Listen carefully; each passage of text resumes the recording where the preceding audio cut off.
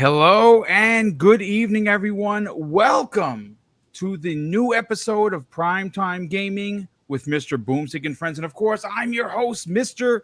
Boomstick XL. And we want to welcome and when we're 31 seconds in and we already got 50 people here. I want to thank everybody for tuning in and checking out today's show, folks.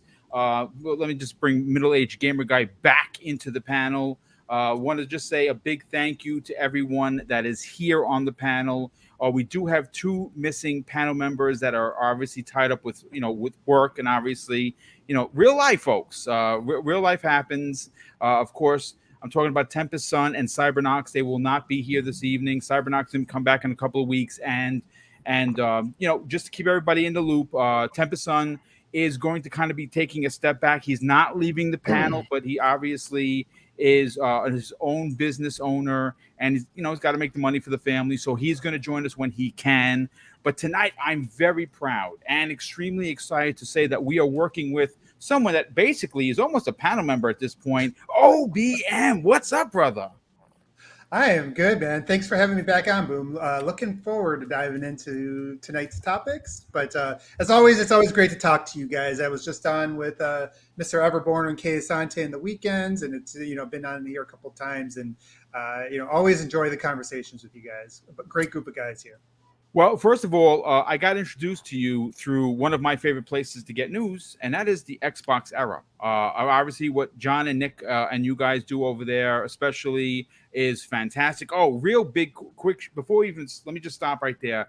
Shout out to my brother, BitCloud Gaming. He drops a super chat, but you know what? As great as that is, this is a man that has exceeded 10,000 subs on his channel. Could not be more proud of this man. I work with him each and every week, and he's doing some great work. Another PlayStation channel that is well represented in the best way possible. He says, got to support my brother on my birthday. Salute, brother. Well, happy birthday. And we're going to give you a birthday salute on Friday mornings, breakfast at Boom. Don't you worry about it. He says, you in the panel, love you, brother. Well, we love you too, BitCloud. Once again, congratulations on 10K and happy birthday. But OBM, it's great to have you on here. Really love the sensibility that you bring. The times that you've been on here, you did a great job on Saturday with Kay Asante, and obviously the slanderer himself. And of course, every time that you're on, and of course you were on this week with Nick. John wasn't a part of the show.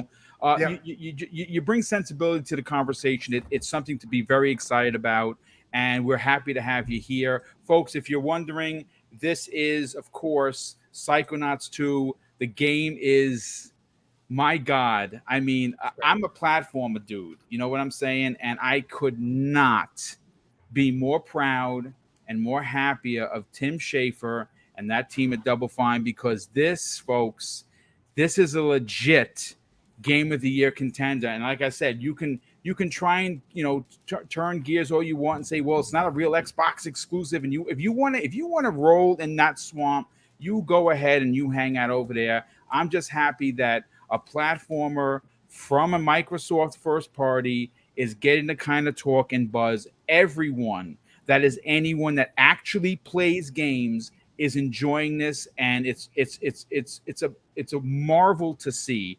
But let's continue with the introductions. First of all, Kay Asante, you were here first, brother. Thank you so much for being here. Obviously, I said this privately. I will say it publicly. This panel that I have assembled seems like the Avengers, because everyone here is a superhero, and I'm proud and honored to work with you guys each and every week. Welcome back, brother.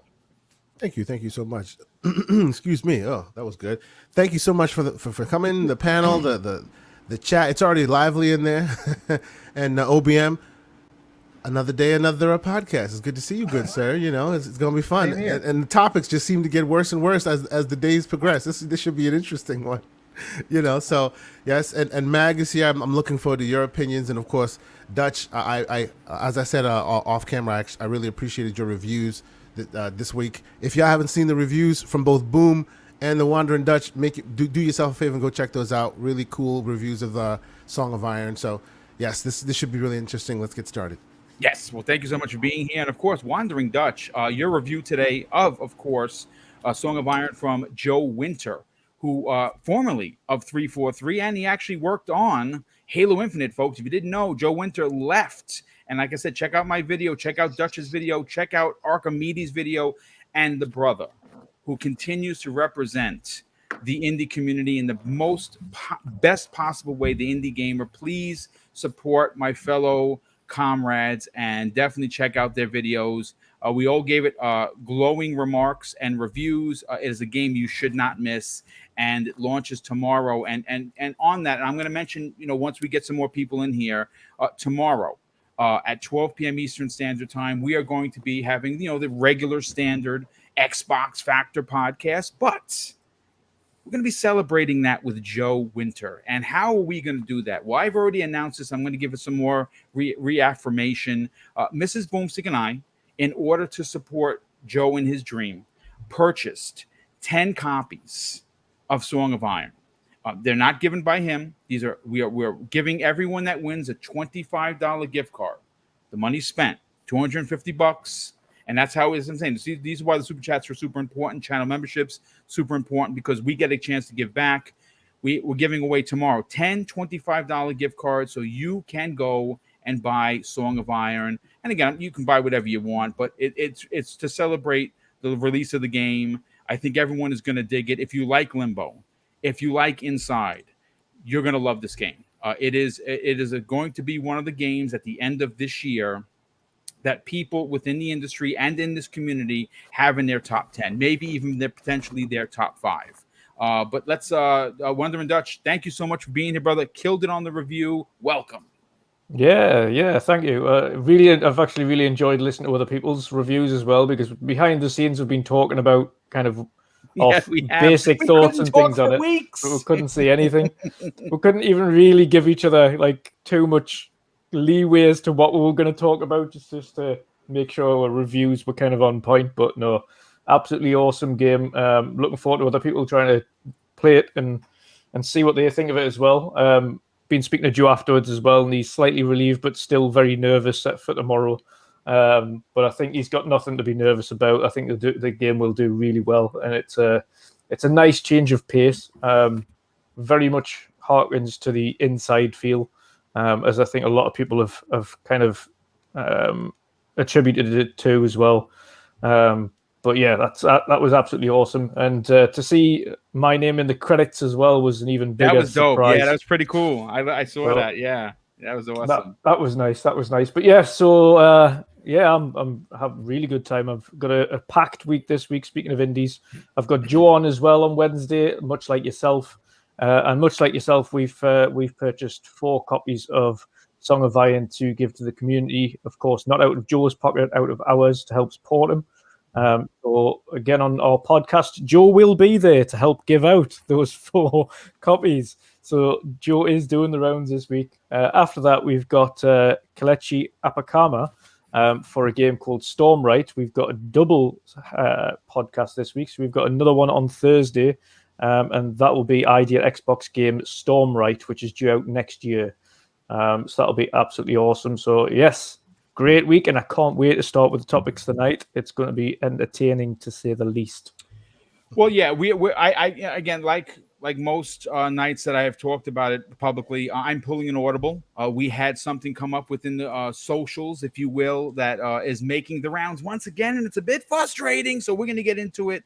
Originally, this show was pitched as we were going to talk about our, top 3 games and our game of the year for the, running for, we still have 4 months left of the year. But I'm pulling an audible. The Sony PlayStation situation with Austin Evans, who, by the way, folks, if you didn't get a chance to check out Austin Evans' video, there's a reason why that man has 5.1 million followers. Is because he's an entertaining as F. His crew that he works with are fabulous. Everyone seems to, weigh on each other to get the point across. It looks like they're having an absolute blast when they do it. And they spent a pretty penny to bring that new PlayStation 5 that quietly released in Japan and in Europe, from what we understand. And folks, we're going to get into it because we have a lot of tech-savvy people here that know a thing or three. And of course, I'm going to be coming at this from ignorance. I'm going to be reading the story verbatim. but we're going to get into what this means for all new PlayStation 5 owners and when this could potentially be a problem. But of course, last and no way least, the middle-aged gamer guy, the one of the hardest working guys on social media, especially when he brings Tony Baloney to this conversation. Welcome back, Mac. How you feeling? Well, I just finished washing the bikini I was wearing on the weekend from the last video. So, Nice. Boy. much to the chagrin of my wife. Yeah, Jesus. She's like, it's funny when I talk to her and I'm like, she's like, honey, I need you for a little while. And she's like, what are you doing? And she sees me in a bikini and like the get up with the bow and arrow and stuff. And she's like, what are you doing? I'm just like, don't worry about it. But anyways, enough of that. Guys, anybody in the chat, please. If you want to watch Mr. Boomstick XL and Wandering Dutch's review on Song of Iron, they were both excellent. Both great reviews. They're very well informed and very nice. So go check it out after the show, please. It was great. And obviously tomorrow, check out Song of Iron. As you can see on the screen right now, we got Psychonauts 2 playing. And let me tell you, it is officially my game of the year. I have bumped off Resident Evil off the top spot. And Psychonauts 2 is just so good. I'm sure we'll have a discussion about it later in the year. But man, I'll wait on that. But anyways, enough of that nonsense. Guys, I'm glad to be here. Chat, great to see you guys. Panel, OBM, thank you for coming. And we got some great fiery topics tonight. So let's get right into the show. Okay, so as we said, we're going to open up with a bit of an audible here, folks. Listen, I don't specifically name names on this show. And there's two reasons why I don't do that. One, I don't want to get into a pissing match with people over opinions, right? Everyone has an opinion. They're entitled to it. That's fine. But I'm going to turn it up. I am going to turn up the heat on this conversation a little bit, and I'm going to get real. And before I get to the subject in hand, let's welcome the Everborn Saga, Mr. Slanderer himself. Hey! I'm coming off of a very sick weekend. I'm back at about 75%. We'll see how far my voice makes it. Well, listen, you know what? You'll be here as long as you can, brother. And glad that you're feeling a little bit better, not at 100%. Got to shout out my good friend that we were talking in DMs, Drawn TJ, who's going to be a guest in 3 weeks, making his first appearance on Primetime Gaming. Drops a $5 super chat. Thank you for the generosity and, of course, the support, my brother. He says, I've never played Psychonauts, but I'll play number 2. It's awesome. Yeah, it is absolutely awesome. And we have Gone Mad drops an outstanding, very generous $5 super chat. Hit that like button, indeed, early and often. But let's get into the skinny. Pete Nines, folks. That Pete Nines, head of Bethesda, Pete Nines, had an interview, and somehow or another, what he said was obviously translated incorrectly as to, "Hey, folks, there is a game called Starfield that's now launching on the PlayStation 5, and of course." Here's the thing, folks. I'm gonna turn up the dial with the heat here, folks. Look, I'm gonna be real with you. Wait, Boom, before you start, because I know where this is gonna go. Okay. I wasn't 100% today, and I came in sick. Yeah, I saw that specifically for this action. Yes. So I am ready for everything you got to say. Well, look, there are a couple of people in here that are saying that Pete Nines needs to kind of, put a lid on it. Listen, the bottom line is this, folks. Okay, now this is directly pointed at the PlayStation community with the most tact possible. Here's the thing, okay? Moving forward with their first game, which of course is going to be Starfield next year, is going to be an Xbox exclusive. This just really shouldn't be. This is Xbox Explained 101, as per Boom. If you have, to all of the PlayStation players, men, women, whoever, PlayStation 4, PlayStation 5, PlayStation VR, if that is your exclusive console, congratulations. You're getting bangers every year. Not so much in 2021, but that is to be, determined by your personal preference. If you want to play Bethesda games and you're that big, and you have, it's time to put on the big boy pants, right? The big girl pants. And you know what you got to do? You either got to go into the attic and dig out those $4,000 PCs that you said you had for all these years about how you don't need an Xbox, or you need to buy an effing Xbox. It's that simple. Now, that's raw, Boom. I'm not going to curse on the air because I don't like doing that, but that's the reality. Okay? These constant flame wars on social media, that every time an Xbox executive says something, they have to figure out how to defend themselves. It's sickening. As a matter of fact, I only brought this into the conversation because Everborn, who I'm going to go to first on this, and then we'll get to OBM on this because I know he has a lot to say, is because he put something in the chat that made me fall over. Why do we continue to have these kinds of conversations? What is it that people don't understand? Boom. So you're saying there's a chance it could come to PlayStation? There's always a chance. Yeah. Don't give them hope. No, but more seriously, all this tells you is that Bethesda was worth every penny of that $7.5 billion, right? They don't want to admit it. Everybody's used to a world where you only get one platform holder with the and I apologize to Mr. Badbit, one platform holder that makes bangers. And and now we see that as much as they tried to pretend that they didn't care about the Bethesda games and that Starfield, what we don't know what Starfield is, why are you excited for it? They're still begging. And that's all it is. And they can't accept it because everybody's used to the world being one way. Right? So it's always fun in games when Sony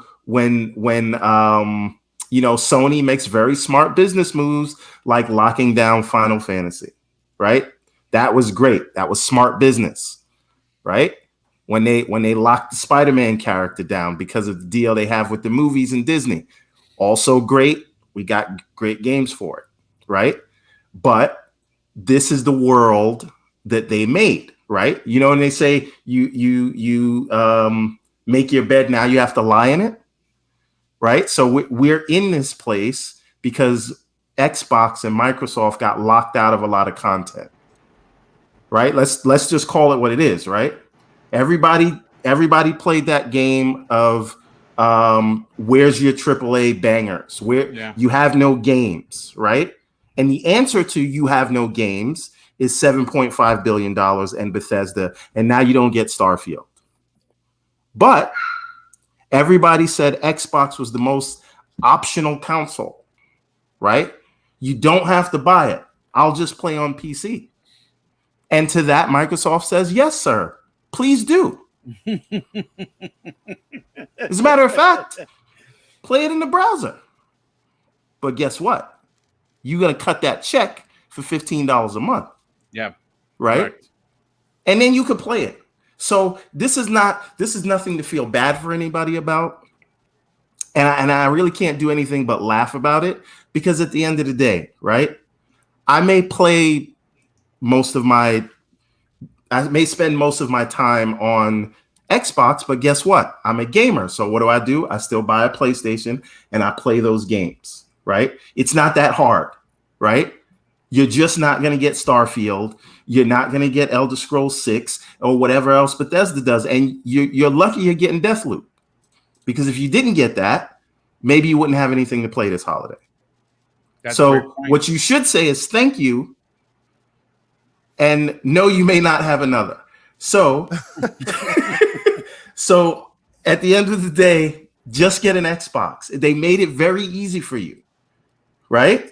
You can go and get a Series S, $299. Have it be your second console, and you can play Starfield on that. Other than that, stop crying, because this is I gotta laugh at you. So there's nothing else for me to say. Did you see Pete Nines' tweet where he showed the Bob's Burgers grasping at straws? Grasping at straws, correct. Yes. Literally grabbing at straws. Yeah.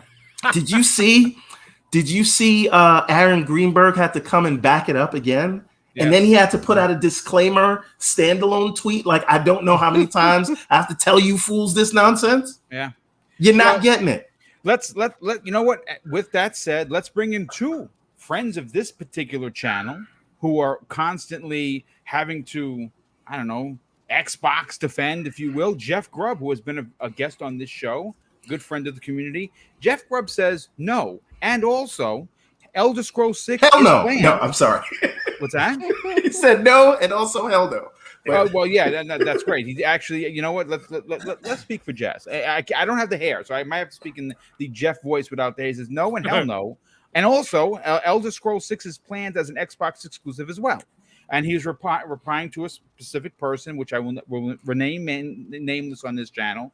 And then, of course, friend of this show, friend of the community, Randall Thor 19, the man with the million, responds to Jeff Grubb and says it's almost like Pete was talking about things like Quake Remaster, Skyrim Anniversary still coming on PlayStation, but no, it seems Starfield is apparently going to launch on the PlayStation 5. Capital LOL. OBM, let's go to you on this. This conversation is getting played out almost to the point of nauseum. In fact, if I'm going to be honest with you, like when I tweet, right, I'm respectful. I'm very current. I'm aware of my surroundings, because you know what I don't want to do? Make myself look like an ass, right? And apparently there are people that have not learned that valuable lesson that continue to do this. Why does this continue to happen? And the simple answer is buy a PlayStation. If you're a PlayStation owner, buy an Xbox. Why is that so hard to comprehend?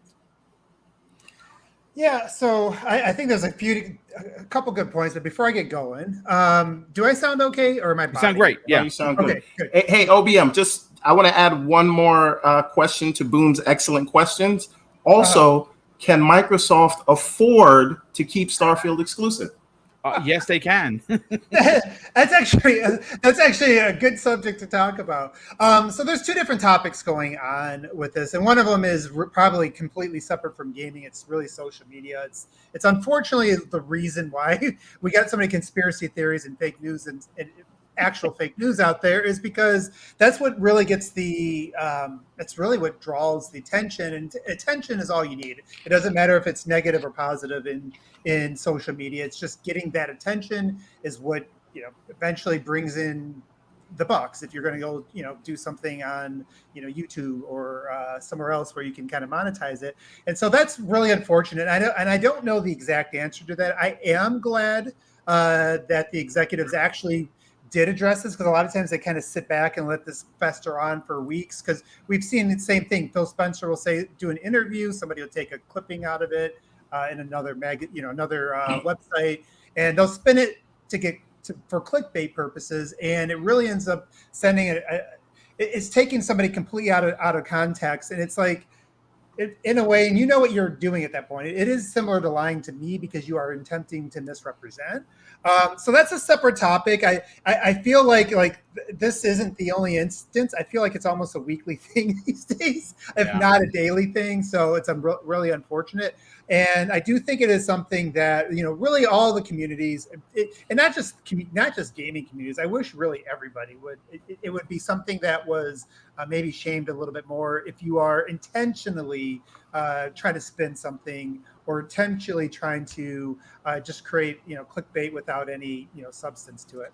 On the other side of it, I do think overall there is a lot of misunderstanding in the industry. I heard actually Alana Pierce said this. I don't know if it was like a year ago or 2 years ago. She said something about her advice to gaming journalists was to start actually listening to like the investor calls of these gaming companies, to start understanding the business better, because she felt like a lot of times a lot of their opinions, or a lot of what they sort of report out of context, was because they don't really understand the business. I think, and I don't think that's all necessarily out of malice or with ill intent. It's just, to them, people still think about this the way you would think about an old retail business, right? Like, and it's not that way anymore. The business has changed, and Microsoft didn't spend just 7.5. By the way, it's they had a recent update. It's like 8.1 is what the final number ended up coming out to be. So $8.1 billion, and so if you actually paid attention to the investor calls or what they've written up from a business standpoint, which is away from all the PR marketing when they're talking to their investors. This was a strategic purchase, not a financial one. So like a financial purchase is one where, you buy this thing, now you're going to turn it around and start making money off the investment that you spent. Yeah. Correct. Yep. And this is not that. This is a strategic purchase, which means, and honestly, think about it. You don't spend $8 billion in gaming and try to make that a financial investment unless you're raking in, you'd have to be raking in a considerable revenue yearly already, which they're not. This is, a lot of these studios don't make money outside of the Bethesda. This is meant to drive their platform, which is built around Game Pass. And of course, they are not going to offend the Sony base.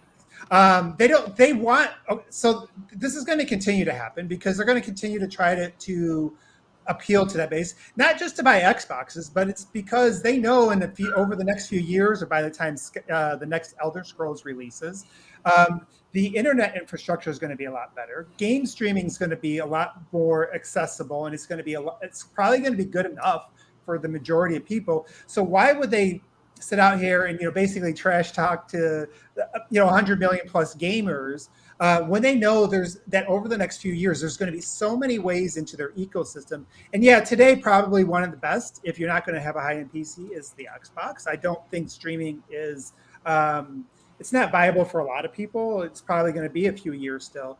But, they understand that a lot of these studios that are working on these really expensive games right now, by the time they come out, the landscape will look different. And so what they want is they want Sony gamers still engaged. They want to get in front of them. That's why they're going to favor a Keighley show over their own.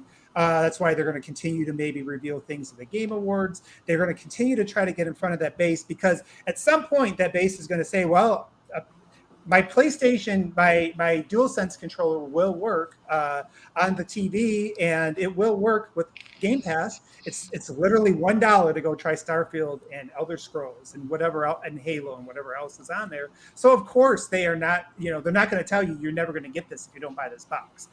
So it's changing that frame of mind, and a lot of in the big picture, the console is it's still going to be important. I don't want to say it's not. I don't think it's going away anytime soon for Microsoft, but it is something that is going to be minimalized.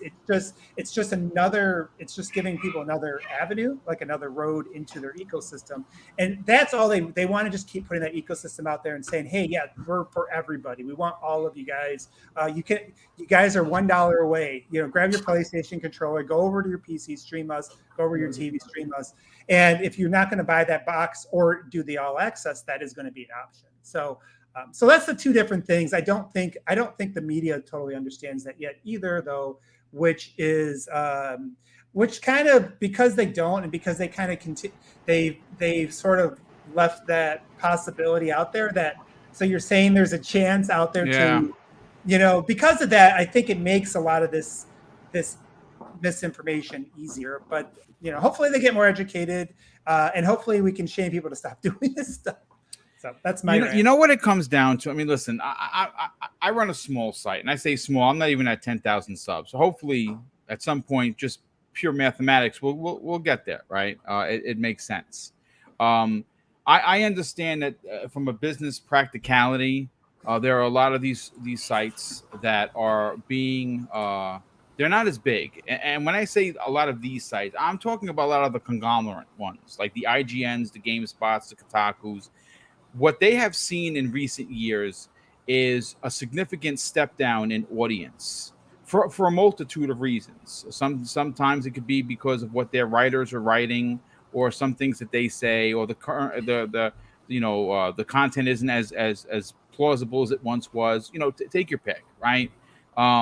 But the content creating community, the small ones, have siphoned a lot of their business away from them, because people want to tune in and hear what the average Joe is saying, and not what the corporate quote unquote stooge in some of these big companies are potentially being paid to say. And again, I'm not suggesting that there's, or making an indictment that there is corruption in any way. I'm saying that it's a business, and they have to get clicks. And it's very unfortunate that we continue to see this.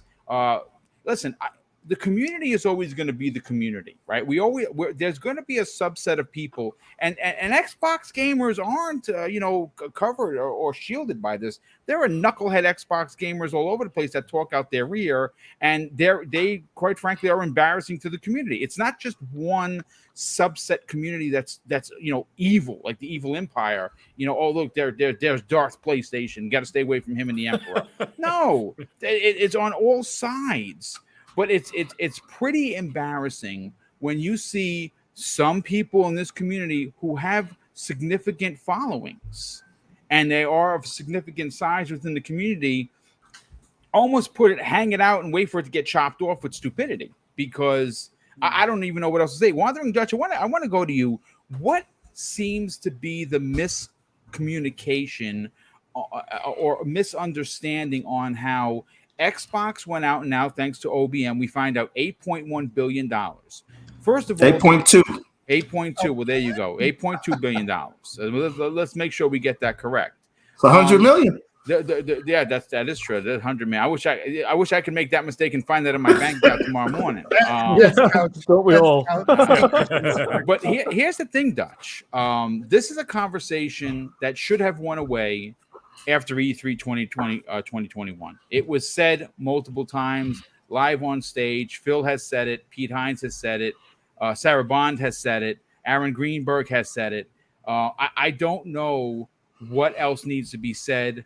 And I think that the biggest question is if they're so concerned about owning and potentially playing Starfield or any other Bethesda game that they didn't care about, because remember, they didn't care about the purchase, just simply buy an Xbox, or again, take out that big $4,000 rig you have up in your attic that you're not using and play there. Why does this keep happening? Short and simple answer: because these particular people have nothing better to talk about. They know the answer. They know the truth. They choose to intentionally mislead their particular followers for clicks, and there is nothing other than that. They know the truth. There is no in between. There is no misreading. They know exactly what's happening. They just choose to off their own backs. Unfortunately, there are trolls like this, because let's face it, that's what they are. I won't sugarcoat it. They are trolls. They just like to mislead the public and their particular following. Unfortunately, these followings, as we all know, is we've got a great following ourselves, but we all always make sure that they are made aware that these are our opinions. These are our thoughts. If there's any rumors, we make sure they are rumors, or at least clarify that they're particular rumors. If anything's been cleaned up, we make sure we clean that particular topic up and make them aware of where the sources are. Unfortunately, there are a set kind of a finite amount of people on social media that choose to ignore facts and just go for clicks and impressions, and that's what drives them. They don't care whether or not. Again, let truth don't let truth get in the way of a good lie, is what I always say about these people. Unfortunately, that's exactly what's happening. They just love spinning you on to keep that social media following going.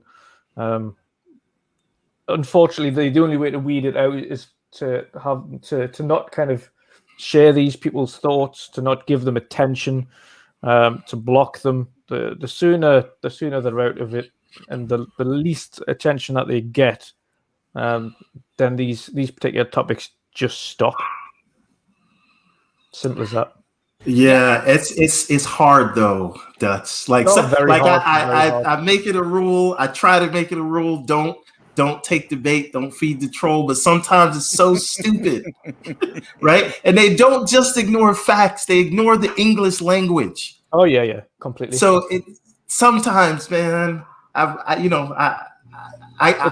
weak sometimes. That's what I'm saying. Sometimes it's just not easy because it's that stupid. You just want to go, oh! Yeah. No, it makes it. I mean, listen, here's a funny story to kind of just stay on topic but off topic. It just goes to show you the savagery that is constantly on social media. I made a quote I took a picture playing Psychonauts 2, and said, "My God, this looks like a Pixar movie." Oh my right? God. Yeah. Yeah. And I gotta tell you, 400 likes. Again, I don't do these tweets for like I'm looking for clout. I'm just saying that's what I wound up having. I blocked 40 people that day. Yeah, that was Now, a I'm nice. not- Thanks for that, Boom, because I blocked a load of people as Yeah, well. you know what? I'm not a blocker. Like You did a you know, service.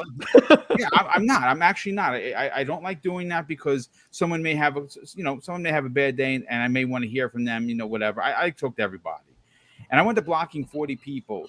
Now, granted, one of the biggest comments is that this looks more like a Tim Burton film, which is like, fair enough.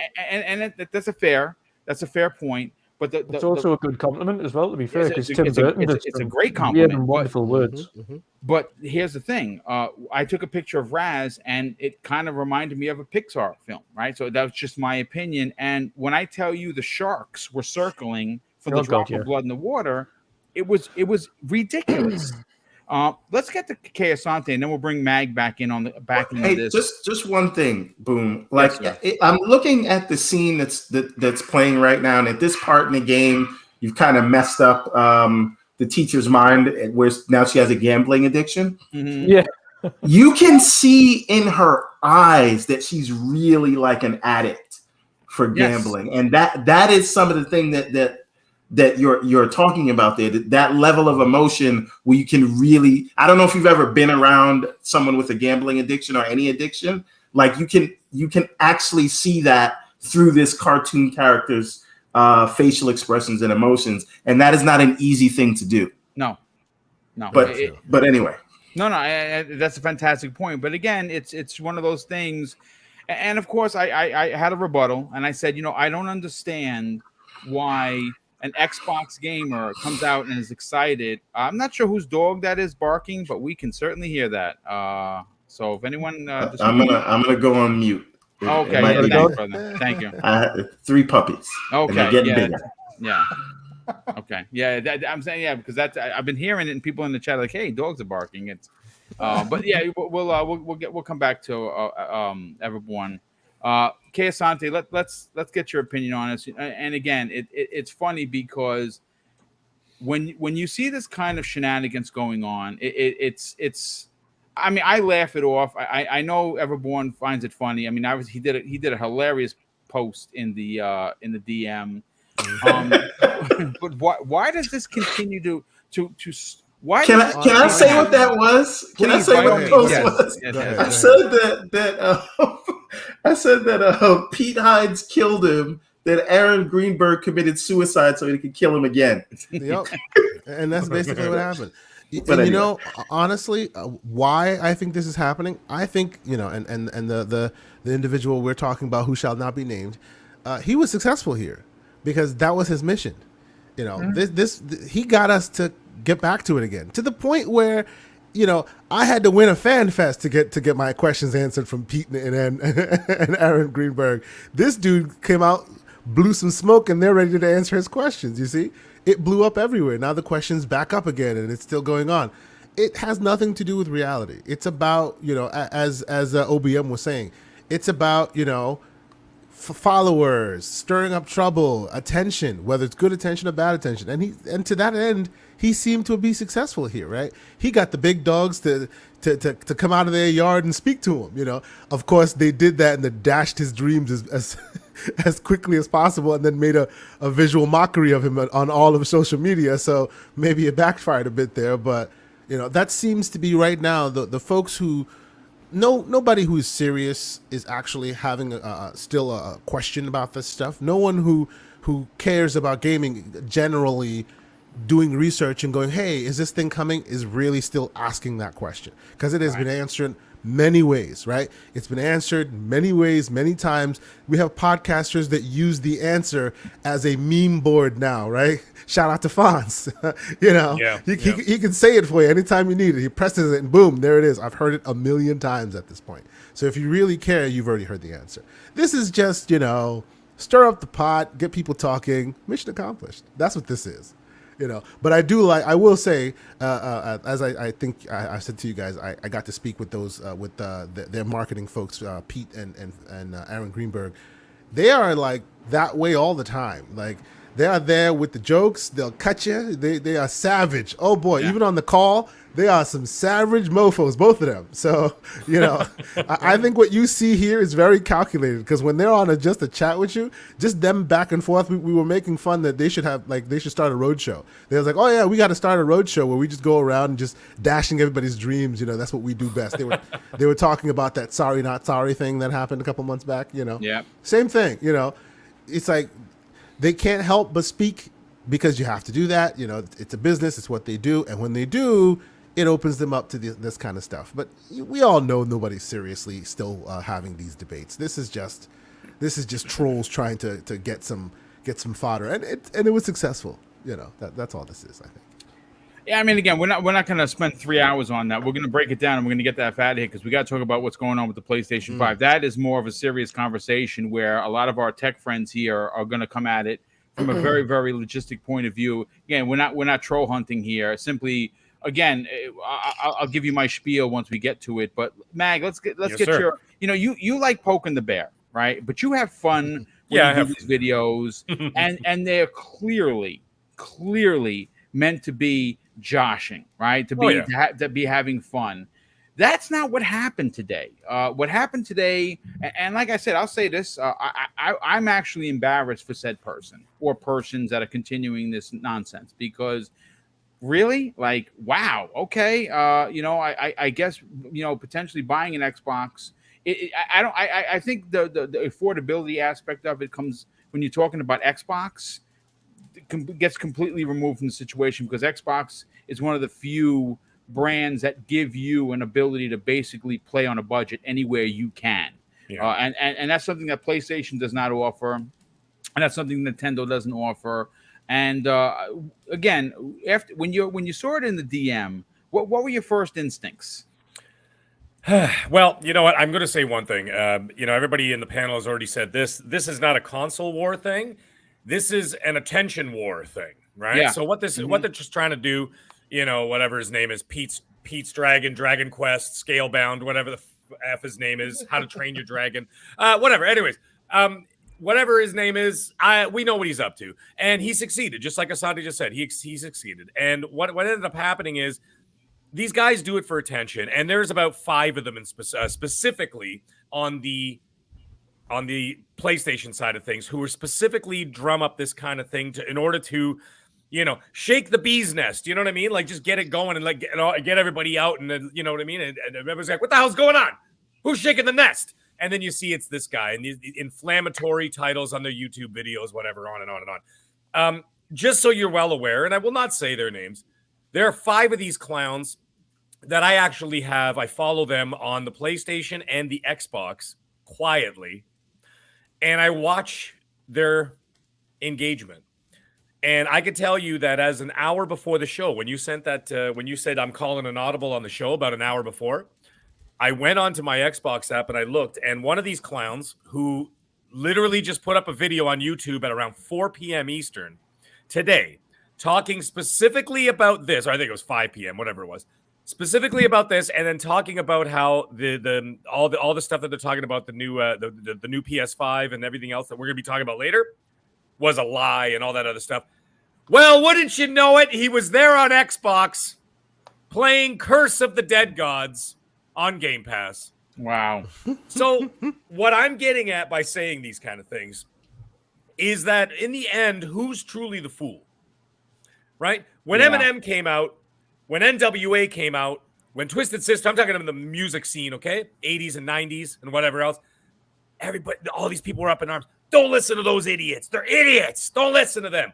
And then my dad said something interesting. My dad said, well, who's the actual idiot? Because they're the ones making millions of dollars. And he goes, and then that means that if they're truly idiots, which they're not, he goes, if they're truly idiots, then what are the people buying all their stuff for and giving these guys millions of dollars? Hey, here's another one for you. How about this one? Old Obi-Wan Kenobi said this quote once. Okay? Who's the bigger fool? The fool or the fool who follows?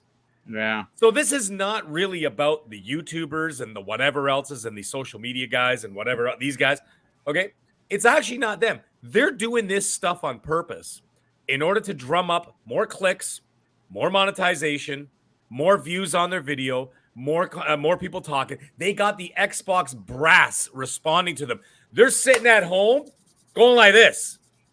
They got Jeff Grubb talking to them. You got Randall Thor talking to them. Okay, Colt Eastwood was in there earlier today, right? They have successfully restarted the conversation in many forms. But the thing is, I don't even think they care about the conversation.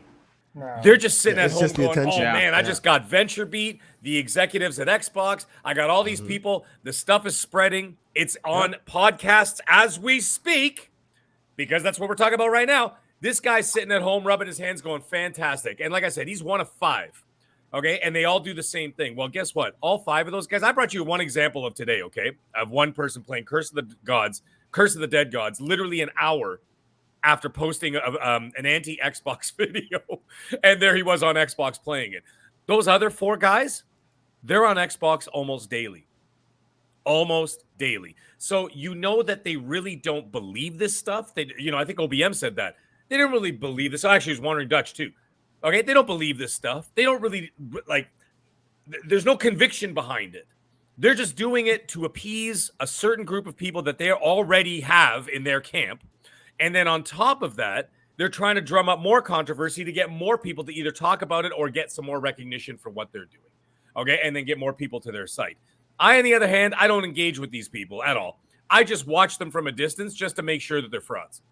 Because they are, at the end of the day, they are frauds. These are fraudulent people that are not willing to put themselves out there and say, hey, this is what I believe in. This is what I say. I've made videos even earlier this year, funny videos, making fun of Microsoft. Okay, I did it last year too. And, Xbox is like my go-to console. I make fun of Sony. I have a Sony PS5 sitting right here or whatever else. But the thing is, no one really comes at me because I tell the truth. I just tell it how I see it. And therefore, they know that it's personal. They know that, this is how I feel about it. I'm not saying it's fact. I'm not saying anything. I'm just saying, hey, this is how I feel about it. I'm a consumer of multiple products and of multiple different consoles and multiple different ecosystems, right, in this gaming world. And even Nintendo, for crying out loud. I got 2 Switches now, right? So, I look at these things and I'm like, this is how I feel about it. And I think that and that's it. But these guys come at it at an angle where they're just like, this is the fact. This is the way it goes. This is what, and people eat it up because the thing is, they don't look into it because people don't. There must be like a global, or at least in North America, a big time ADHD problem where people look at something, they look at a title, and then they respond to the title as opposed to reading the article, watching the video, doing the research, Google that stuff and say, is this really happening? And then Google it and find out. You could Google it, and in about 3 seconds, you can find out that it's not true. Right? Or true, whatever the case may be. And that's the problem. People, and they're feeding into that. And they feed into the fact that people will not look into it. People will not research it. And they will take what you've said, even just from a headline, they'll take it as fact, load it into their gun, and then fire it across that console war battlefield. And it's so silly that, at this point, I'm just like, I just give up. As for the Bethesda stuff, that's the last thing I'll talk about. Listen, the stuff's coming. You guys think there's a problem now.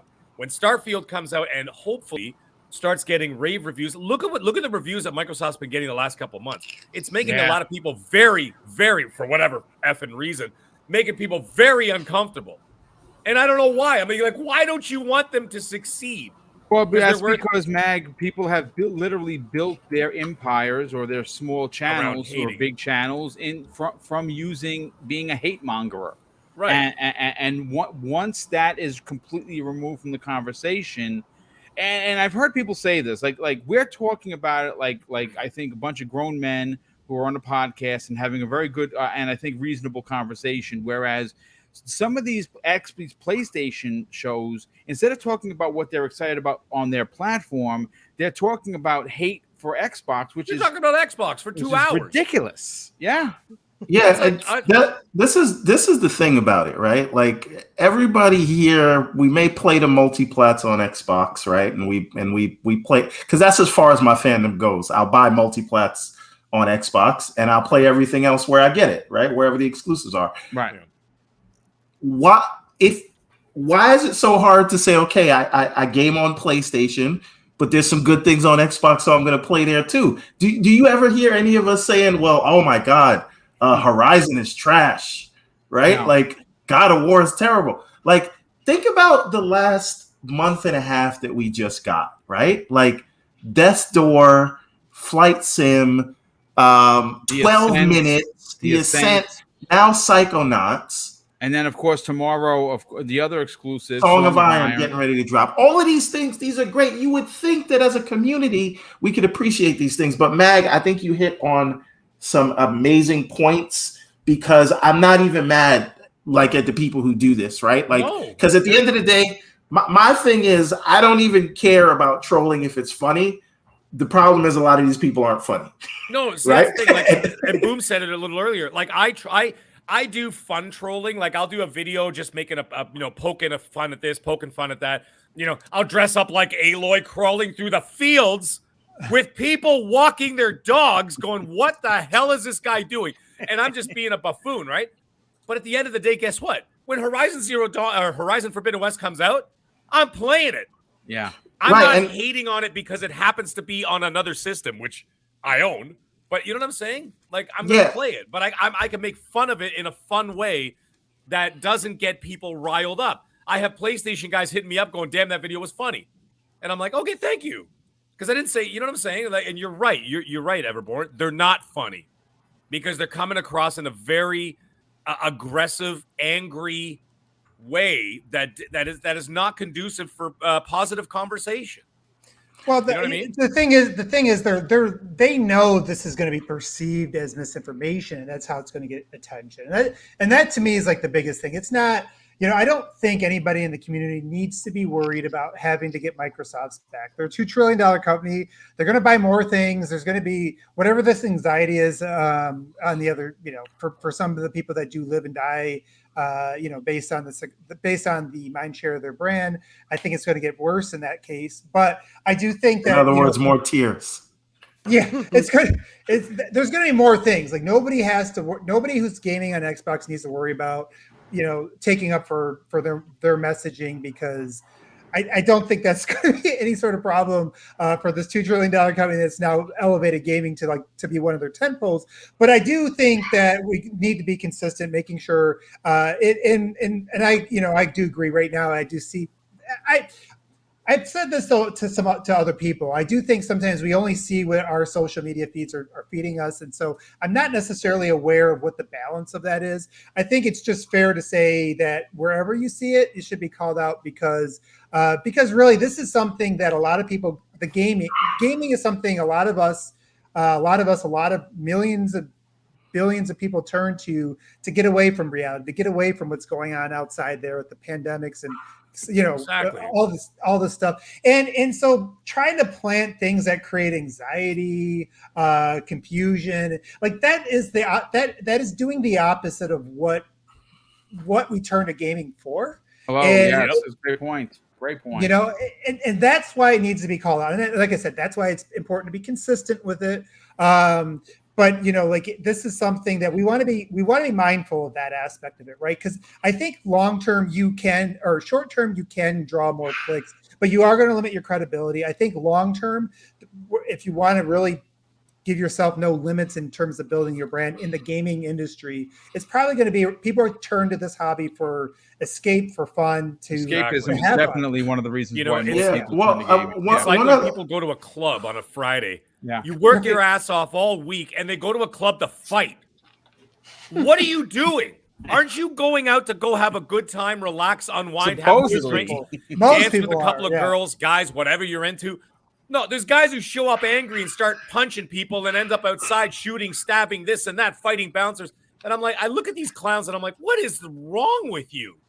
That's basically what these guys are. One other thing, though, like the other thing, though, that I don't want to lose in all of this is like a lot of this stuff is really not that serious. Some people are going to joke, and you play the dozens, and we joke like this when we talk about sports and Marvel and DC. Yeah. Some of us get too upset. Like, obviously, a lot of this stuff is BS, but most of the time I say, so what? It's BS, and I laugh at it, even though it's stupid.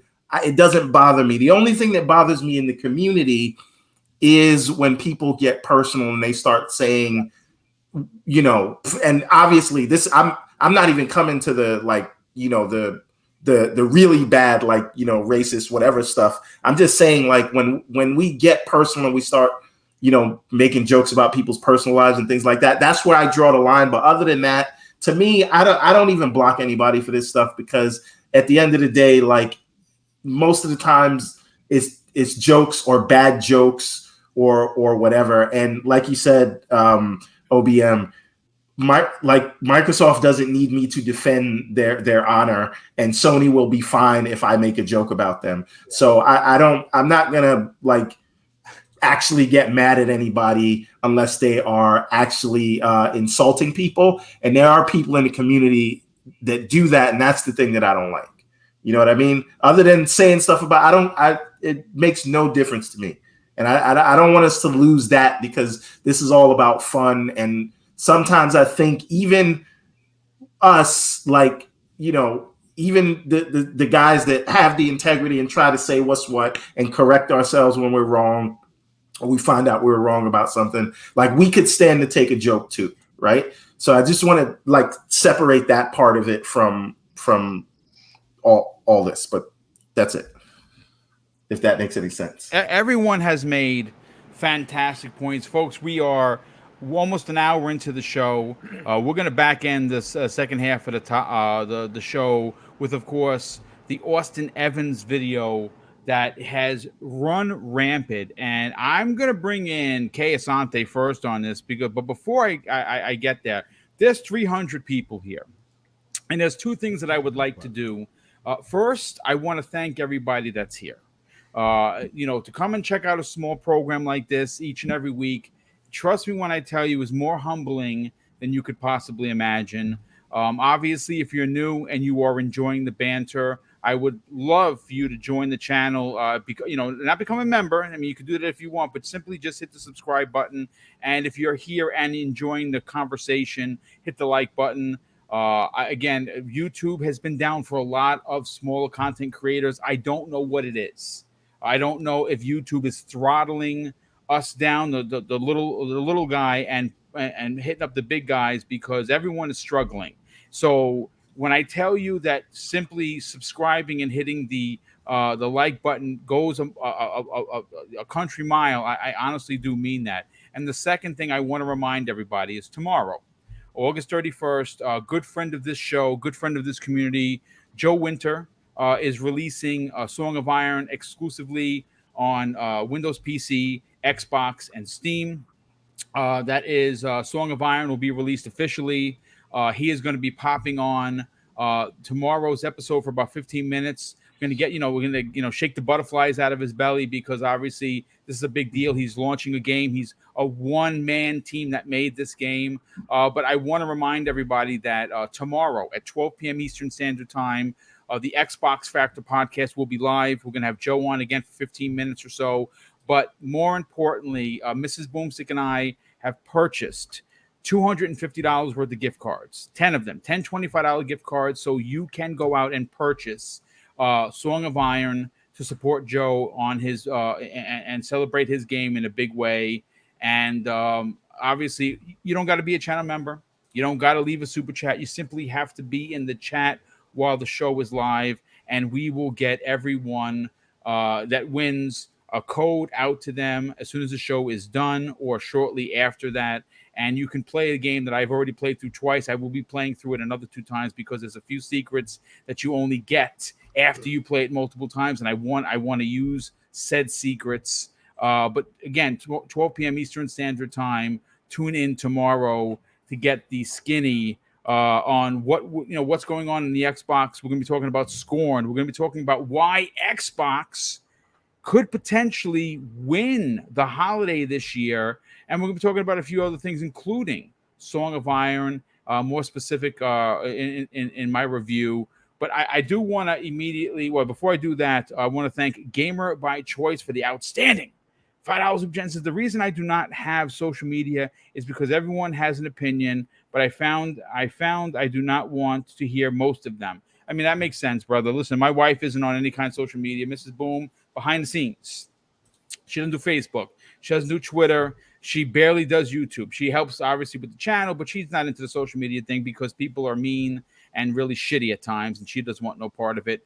And that's why I deal with it. But listen, let's get into what we talked about momentarily, and that is the Austin Evans video that has gone viral. Now, listen, if you don't know who Austin Evans is, he doesn't have a stake in the Xbox versus PlayStation versus Nintendo war.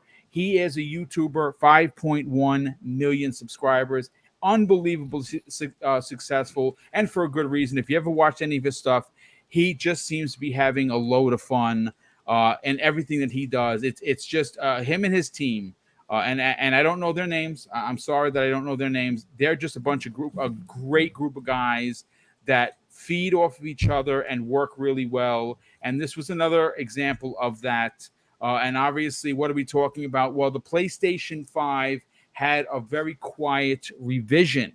And in that revision, turns out, thanks to Austin Evans and his team, that it is running slightly hotter than the original PlayStation 5. The heat sink is a little bit smaller. The fan is a little bit better. But Kay Asante, you and I were having a very incredible conversation, so much so that it could have potentially been part of the podcast. But now we're going to bring that into the fray.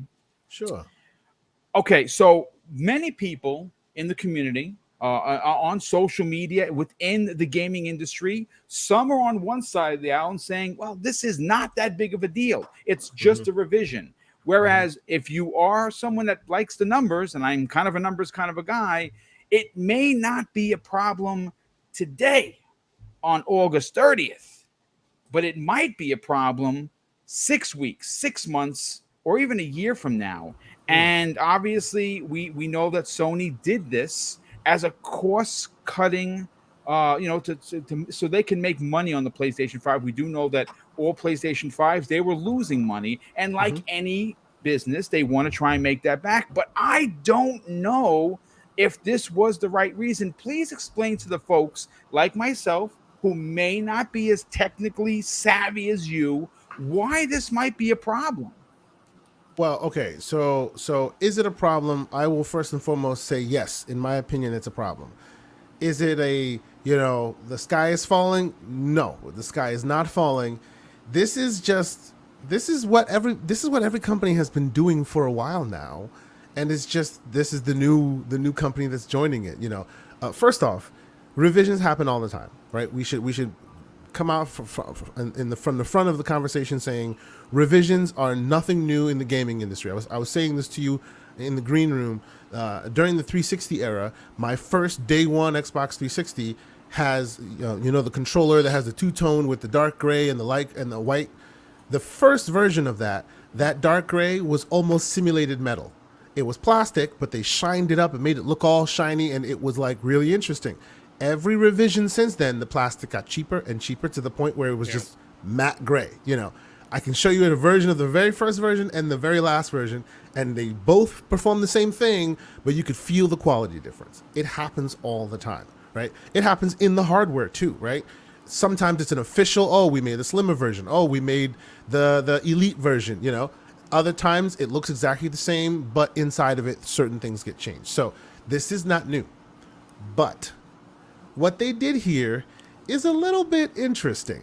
I will say it's a slippery slope that I was hoping they wouldn't go down. That's where I fall on it. Now, what do I mean by that? So quickly, all these components that and it's not too technical, everybody can understand this. All these components that make up this console, right, are not manufactured by Sony, right? They're made, specifically the CPU and GPU manufactured with TSMC being the manufacturing house from AMD, right? And when AMD is pitching these companies this stuff, there's a reason why they go with AMD instead of NVIDIA, right? AMD will give them a deal or something like that. There's some back-end things that are going on that keep AMD as part of the console maker's choice rather than NVIDIA. In these deals, in these conversations, they talk about ratings. Your CPU is rated for this longevity versus this output versus this sustained heat capability.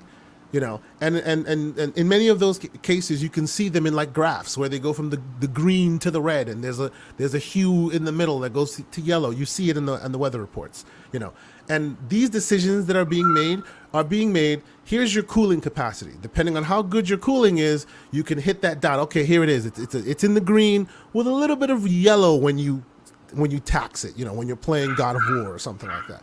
That's how these decisions are made. What has happened here is the first revision, they put as much as they could into it as they possibly could. Hence the monster of the heatsink, right? And then over time, I suspect, and this is speculation on my part, I suspect they've had another conversation with their engineering team going, look, this hardware is killing us. We're not making the money we need to be making. Can we squeeze certain places and still make this thing happen?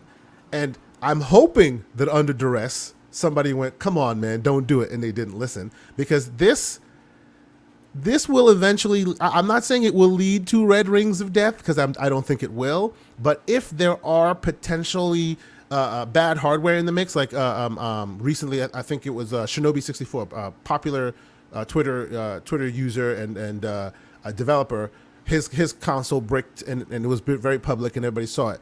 Those kind of things will happen more when your cooling is inadequate. You may not, because every bit of the hardware that comes out has small little variations. The margin of error is slight, but you'll have some that are 100%, some that are not as, So over time, some of the hardware will wane from here and there. If the cooling isn't adequate, you'll see that those that are the weakest links will be weaker. They'll be more pronounced. You'll see all of that. It's not to say that, the world is ending and it's going to be a horrible thing. It's an interesting business decision that they have made here. I would not necessarily say, because of that, I'm not buying a PlayStation, because yes, the hardware has been revised. Yes, if you got the first batch, you probably got a better batch based on their best efforts rather than that business decision. Doesn't mean that they don't want to sell you more, right? Because remember, at the end of the day, their goal is not to sell you hardware, it's to sell you software. So if they sell you a dud, there's no way you're buying any further software. So it's not like they're trying to get one over on you. They're just trying to save as much as they can while keeping you playing. Will this become a problem later?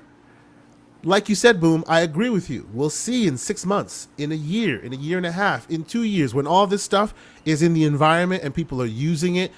Shall we see a lot more machines come back going, there's something wrong? Then you'll start to hear the conversation, because unlike the Red Ring days, social media wasn't as prolific as they are today, right? Correct. Unlike the Red Ring days, we don't have your Austin Evans. Oh, and also give another recommendation. Gamers Nexus. If you guys haven't heard of it, look it up. They have a YouTube channel as well. They are the source that Digital Foundry goes to when they need a bit more understanding. Really? And when they're usually PC guys. But when the Xbox and the PlayStation came out, they did the whole thing.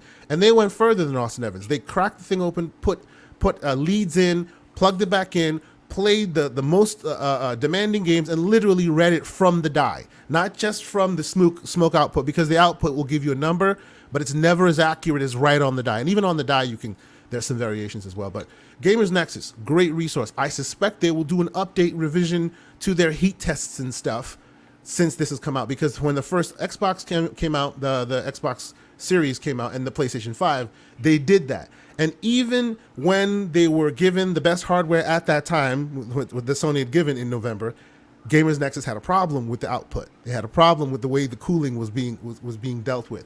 They had a problem with, hey, how will this happen when you put a very hot heat sink in there? Will it continue to make the heat output a being issue?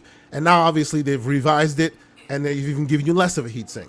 Hopefully there's more to be done there, but I suggest people follow those resources.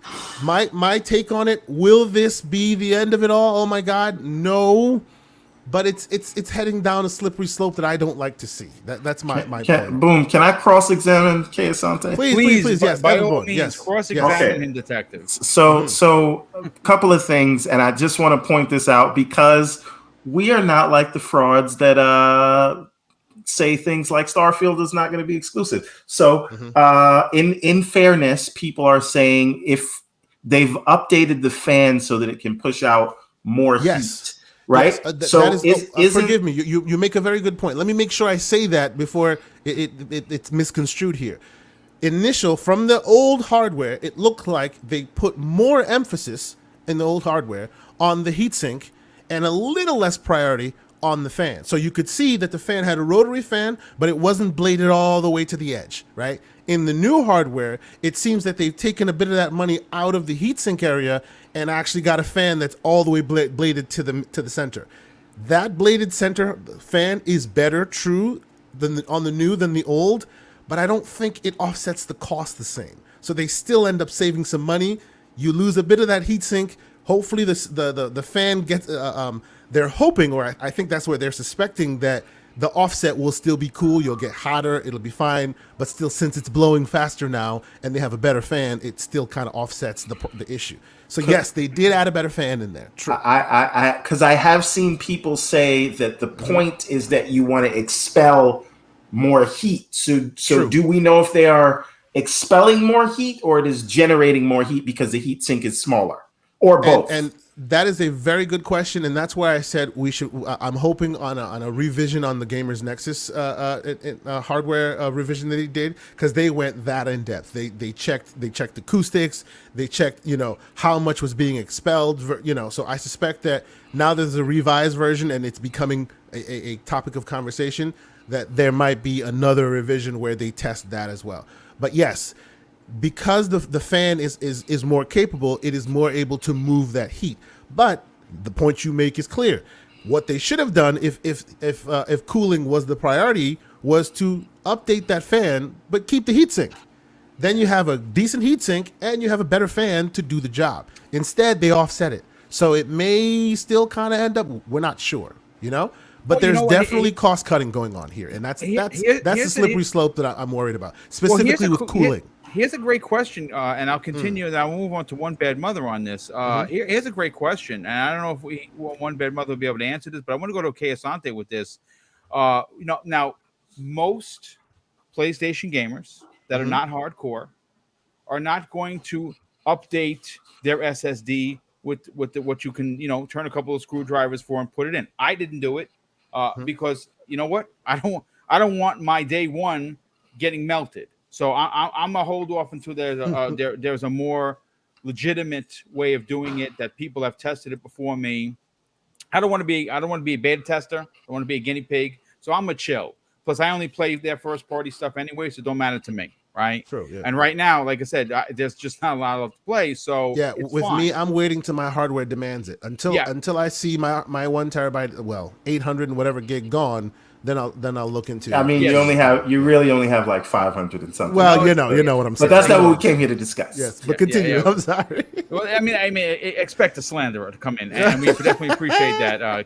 You want some slander? The only reason that whole Pete Nines issue happened is because people were trying to deflect from this, and they were trying to make fake Xbox news. But anyway, no, it's great. OBM, here's the thing. I don't know where you fall into your technical savvy. I would imagine that it's pretty good. This, again, like Kayasante said, may not be a problem on August 30th. It may not even be a problem on December 31st or even February when we get Horizon Forbidden West. But eventually it's going to become a problem.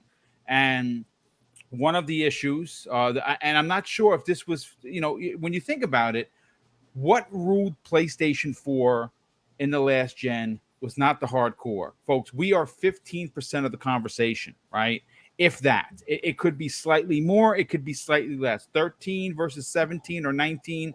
We are not the majority. We are the minority. And I say we, every 300 people that are in this, listening to this show live, every man on this panel, we are the hardcore. So the question that we have to ask is, a move like this that could potentially make some heat issues with updating your memory,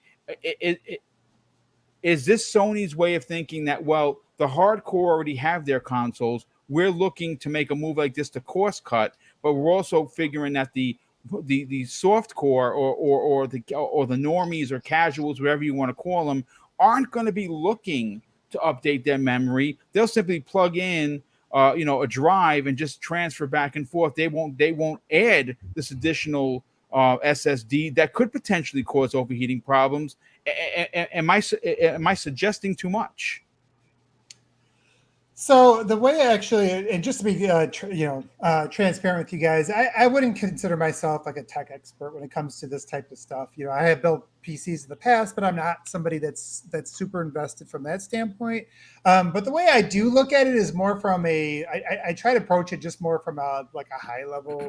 I think about it from like the business, the logical end of things, which can be very boring. I realize that, so that might be my limitation with this influencing stuff, because I think I probably would diffuse a lot of the anxiety around it. And the reason I say is this, because I've heard the argument that this is, the revisions happen, but this is unusual to happen this early.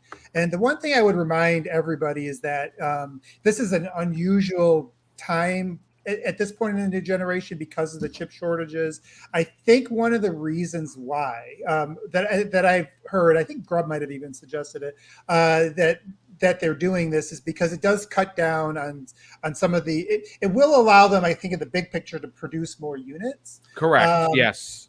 So that is probably, from a business standpoint, I think that's the number one thing driving him here more than, I think cost cutting obviously is, it's a factor, right? So if you can get both, that's great.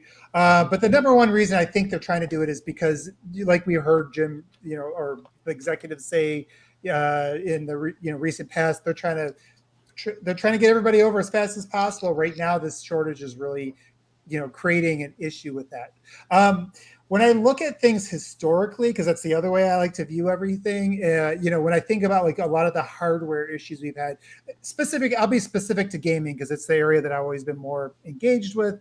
Everything from the NES having to blow in your cartridges, to the Red Wing of Death, to the fact that Elite controllers, all the grips would fall off. Usually, like the ones that are like the major recall kind of issues, they're generally the things that they didn't test a lot, like they didn't even think might be a big problem, that kind of were overlooked throughout the process. And they were like, oh wow, we didn't think about that kind of mistakes that were made in the engineering that caused those like major issues. Usually when something like this, I would, and again, this is just me using trying to not being no, I hear you, OBM. Your logic is good. Keep going. Yes. I mean, when I think about something like this, we know the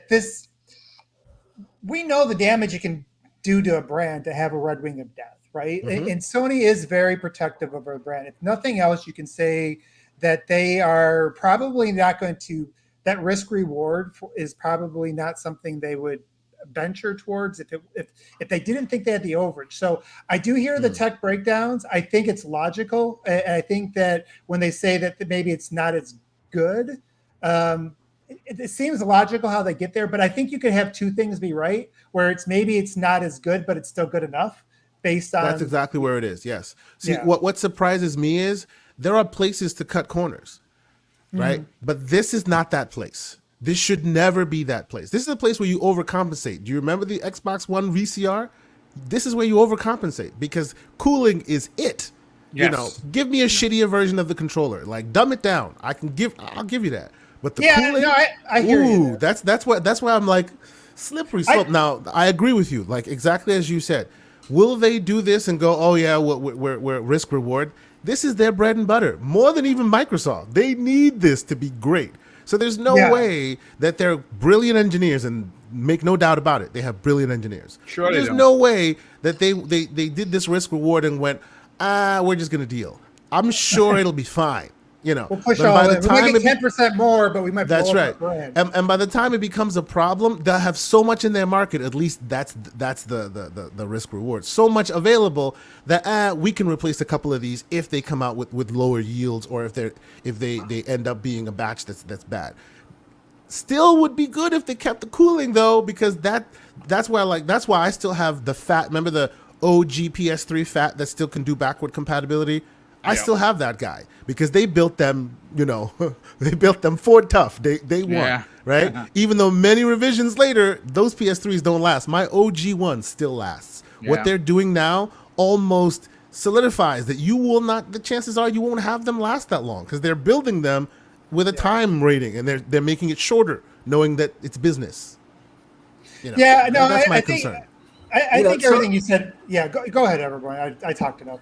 No. I was just pointing out, like, Sony was there. They saw what happened with the Red Ring of Death. Yeah. There's no way they'll repeat that. Right? I'm sure they wouldn't put this out if they thought it was gonna like fail in 2 years, right? Like, I don't think that they could afford to take that $1 billion write down, right? Or more it would be these days. So until I start seeing, like, people's I said this before, but until we start seeing people's houses catch on fire or it's like, God forbid, or like people like actually being affected by this, I'm just kind of reserving my judgment on it. Like it is what it is. I think kind of hardcore. I mean, someone made a joke about this, that scalpers are going to charge more for OG versions. Yeah, I saw that. That was funny. PS5. But will, it's true. Real quick, before you finish, I will quickly point out and shout out to Kirby Luis in the chat, who reminded me of this. Good community member, developer. If you don't know him, look him up. You know the guy. Yeah. Look up Sony timer in Wikipedia. It's a known thing. Back when Trinitron was ruling the world, they literally built in faults into their own design because it would stop you guys from buying another one. That exists.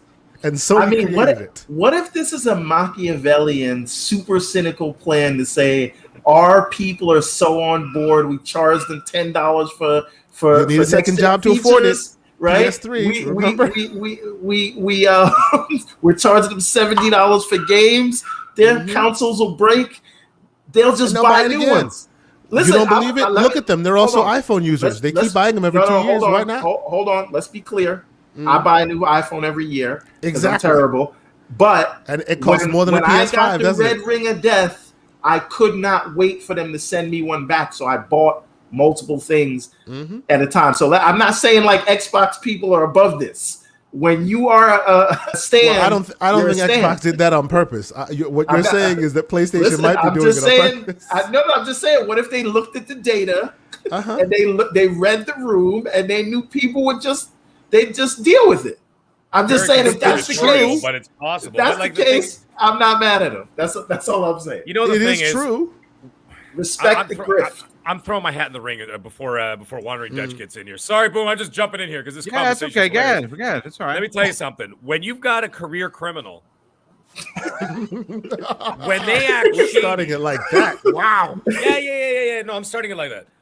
When you have a career criminal and they start acting shady, what's the first thing everybody thinks? They're guilty. Thank you, Mister. Thank you, Sorry. officer. Thank you, officer. You know, Boom, if you see the guy who's got arrested 37 times in the last 6 months and you see him doing something shady in the corner and then he sees you and he starts ducking his head in the alley, you're going, what is this? What is this guy up to? Right? You know what this is. See, the problem is I'm not saying there's anything wrong with this situation, okay? Because I'm not a tech guy, okay? I'm not a tech guy, all right? I'm a consumer.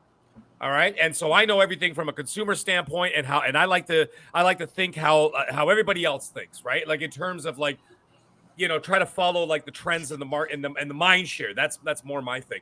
Here's the thing, it doesn't look good because when people start looking at these situations, and this is what Everborn just said like 2 minutes ago. He says they can afford, they can't afford to have a defect or whatever in the product and everything. I get that. They also can't afford any more bad mind share. And this is where I come in. You look at a situation like this, whether anything happens to it or not, the point is they have been sliding down a slippery slope for about a year and a half. Great point. Dude, absolutely. Please touch on that because some people are going to suggest that we're talking about this, that I made my thumbnail and we're simply, jumping on the rabbit or piling on the rabbit. That's not, in fact, the case, folks. Listen, the reason why it's a conversation, the reason why we continue to talk about this is because how many times on Breakfast with Boom or the Xbox Factor podcast specifically, how I have personally talked up Sony's marketing. What have I always said? They're the best in the business. They are the best of the best of the best, sir. Right? I mean, no questions asked. And for the last 12 months, potentially more, They have been stepping in it almost on a weekly, monthly basis. If it's not delays, it's generations. If it's not generations, it's this, it's that. Now it's this. Again, you can't turn around and say, oh, look at those X bots or look at those corporate slaves, which two terms I freaking can't stand. Yeah. But I said it just to make my point across. You can't turn around and say that Sony hasn't earned this criticism, and this is just another example of that. Sorry. You know what it is, Boom? I think that what's been going on over the last year is that it's a combination of mixed messaging and lack of transparency to the point where they're just not speaking. Yep. And I understand that sometimes that's a good thing. Like, you know, like when you have a game delay, don't give a release date unless you absolutely know when that game is coming. You know, like with the Cyberpunk thing, they delayed it how many times until we always had to get those what was it, the yellow emails? Yes. Hi guys, Yes. thanks for supporting us. Blah blah blah blah blah blah blah blah. And then it would delay it again and delay it again, delay it again. Just shut up and finish the game. People get distracted so easily in this day and age. We got news 24/7. We have everything going on 24/7. No one cares. If you stop talking about whatever game for 3 days, everybody's going to go, oh, so what's this now? It's like, it's like the guy behind the camera jingling the keys to get the baby to look at the camera when they're taking a picture, right? And everybody goes, what's that? And they go look over there. So shut your mouth and make a game, make it amazing, and then talk about it when it's done. But in this case, when you've got customers who are uneasy and unsure about your product and you don't say a damn word, that either shows fear, which I think they are fearful, this generation, and they should be, and it shows arrogance. So it's a combination of fear and arrogance on their part. That's the way I feel about that. But anyway, I didn't want to get off topic about that, but I wanted to say, this Austin Evans thing, I watched the video twice, and, I look at some of the people commenting and whatever else. Listen, when people are like it's sitting there going, well, what the hell does he know? The guy's got 4 million subscribers on a 5.1. Oh, excuse me, 5. Excuse me, my bad. 5. 5, everybody. 5 million people on a tech channel. And then you've got a high school kid with 4 followers on Twitter going, what the hell is he there? He was one of the first people to receive Xbox. Doesn't he have doesn't he also have a degree in engineering? Doesn't he have a degree in engineering as well? He does. Wandering Dutch. Thank you very much, Dutch. This guy, if this guy shows concern, I understand that there's also a bit of showmanship to it, right? I mean, there's always going to be showmanship. You are putting on a video. He's entertaining to watch. Of course, and he's actually pretty funny. Actually pretty funny. The joke he dropped, by the way, about Digital Foundry, I almost peed my pants. Did you hear that? When they're talking about it, the guy's saying, well, what about Digital Foundry? And he goes, we don't have to have Digital Foundry. We have Digital Foundry at home. Right? It was like the old McDonald's saying. You remember your mom used to say that stuff? You don't need McDonald's. I got McDonald's at home. Yeah, so like that whole thing, right? It was really funny. But anyways, the thing is, yes, I understand it's still a show at the end of the day. But, however, the guy's got the chops, he's got the knowledge, and he's got 5.1 million followers on a tech channel. I'm pretty sure, A, he knows what he's talking about, and B, if he's showing legitimate concern, then to me, as a viewer, I would say, I believe this guy. I believe this guy over the guy who's just talking smack because he just happens to whatever, like Sony or something, whatever, right? Okay, so I will listen to someone like that who is educated, has the following, has the background, clearly, and I would say maybe there's something there. However, but because nothing has come of this yet, because it's still so very new, I am going to sit back and I'm going to have to say that, you know what, I'm going to believe it or not, I'm going to quietly wait and see what happens. Kind of like the samurai, I'm just going to meditate, close my eyes, not think about it. And just like you guys had already said, and Boom alluded to earlier in the show here, we were talking, if we start seeing a problem 6 months down the road, 8 months down the road, I'm going to crucify them. And I'm sure everybody else is going to. And as you should. And that was really my point earlier. Like, I'm going to assume that Sony knows it would be a catastrophe if these things had heat issues and they stopped working. I'm sure they tested these things and they wouldn't have put it out. And we can be concerned, but we shouldn't, let's just assume that it'll be fine because they're a very smart company and I'm sure they know what they're doing. Can I throw out a quick tinfoil hat? thing real quick. I'll put a quick But they tinfoil don't hat have thing out enough real quick. they don't have enough data to say otherwise. Yes. They could No, stress but- test but- for a but- couple of weeks, a month. Well, but that but doesn't that's the mean. thing. But You don't I know don't how have people enough there's a data key to say that something will happen. So that's why I'm saying I'm just don't like you. I'm going to be quiet. So until, there's a sorry, key sorry, go factor ahead. here, real quick. Just a real quick little, little slide point, put and I'll on let that you in. tinfoil hat. I wish you really had one because I'd laugh. Go ahead. There's, so most folks know, well, those that know that PlayStation's technology is based on Smart Shift, an AMD tech that basically, think of it like a glass of water. It keeps going back and forth between CPU and GPU, giving them strength as they need it, right? And if you have it in a laptop, if you go buy yourself an AMD laptop right now, as a PC gamer, if you get on a gaming PC, you get control over that. You get to decide kind of how you tweak DLSS. You can go into the BIOS settings and tweak how you want Smart Shift, the control center, to dole out that speed, to be able to punch above its weight as PlayStation does. What PlayStation did when they took that tech is they took that control from the user, but they themselves can make those dial decisions. That's how they can control the fan. That's how they're able to control the GPU, CPU. The thing that I see happening here potentially is at some point they can see where the ends are getting a little too hot and they'll tune it down so that it never breaches that place where you guys will notice that, oh my God. But what that would do is that downclocks the CPU, that downclocks the GPU. So there will come a time where your 10 point whatever teraflop CPU turns into like a 9 or an 8. iPhone does it right now. When your battery is starting to go over time, so do your clocks. So that out of nowhere, your CPU, your battery doesn't go from 10% to dead, right? So it downclocks the CPU so that it can continue working, give it just enough juice to keep doing the job you want done. But for those hardcore people who want all the frames and all that, you may find your frames just start doing like this over time. Slowly dipping over time because it sees the edges and recognizes that, oh, I can't go that far anymore because my hardware is too old. I may not be able to withstand that heat. You mean like how my iPhone just happens to get worse every time they launch a new one?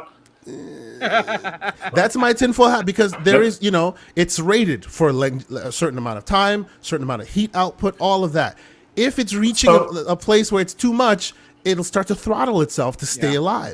So I want to cross-examine Mr. K. Asante Please, again. please, yes. I have heard, and I don't know if there's any truth to this. So I have heard that the people say that the Xbox Series X runs hotter. Is that true?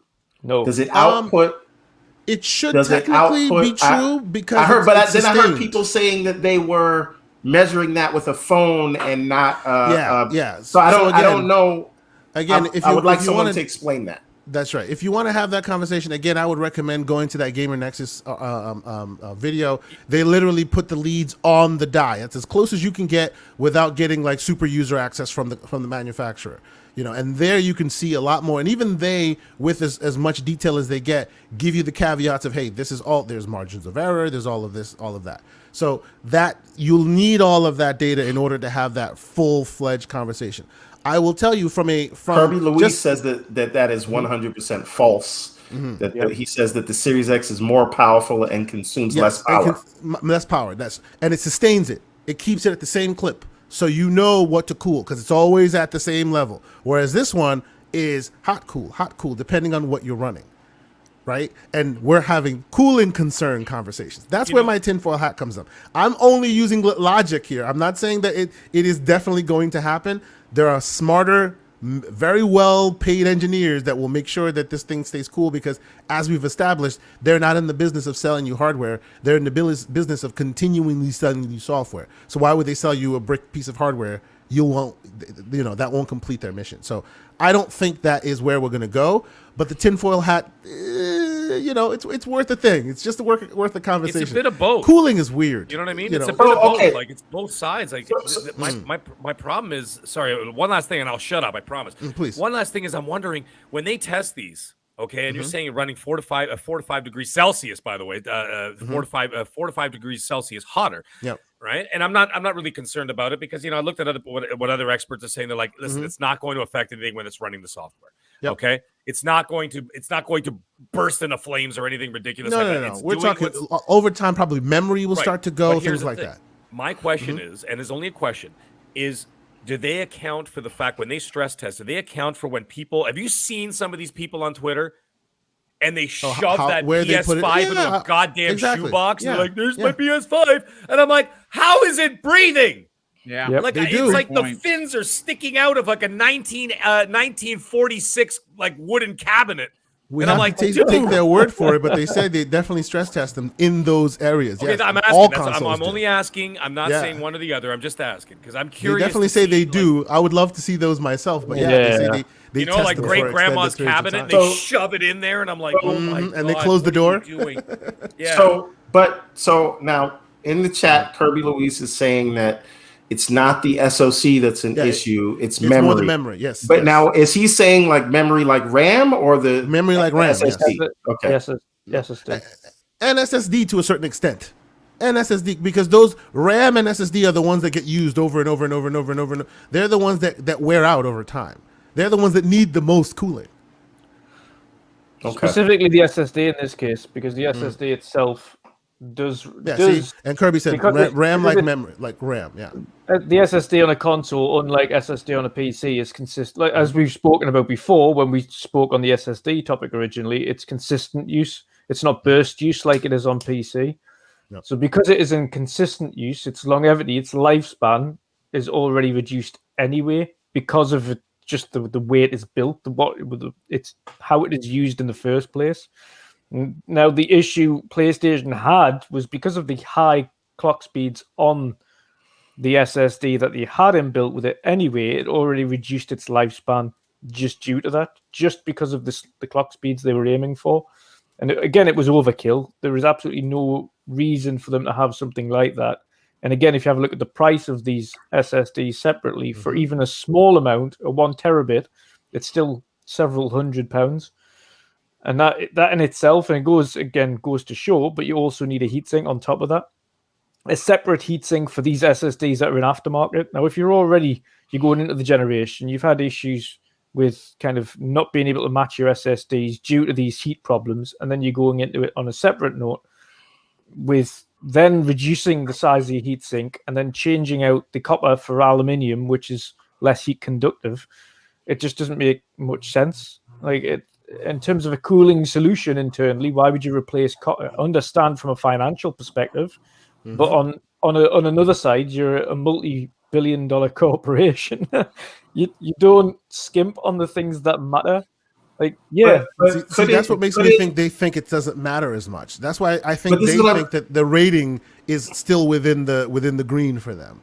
Well, but could it be that they are taking data from the however many millions of consoles they've sold and looking at what peak temperatures are, and they over-engineered a little bit for the initial model just in case? And that's where I suspect. That's where I suspect you are. Yes, they just want to ramp up the fan. Like, I want to see what the fan speeds and how often this fan kicks in on these new models, because that's another thing altogether. If you're then having to reduce, like they have, smart shift technology with AMD to balance the workload between the GPU and the CPU, based on the stresses of the rest of the system, if that is the case and this particular model does cause higher stresses due to the heat, then you're not going to get as much of a performance boost.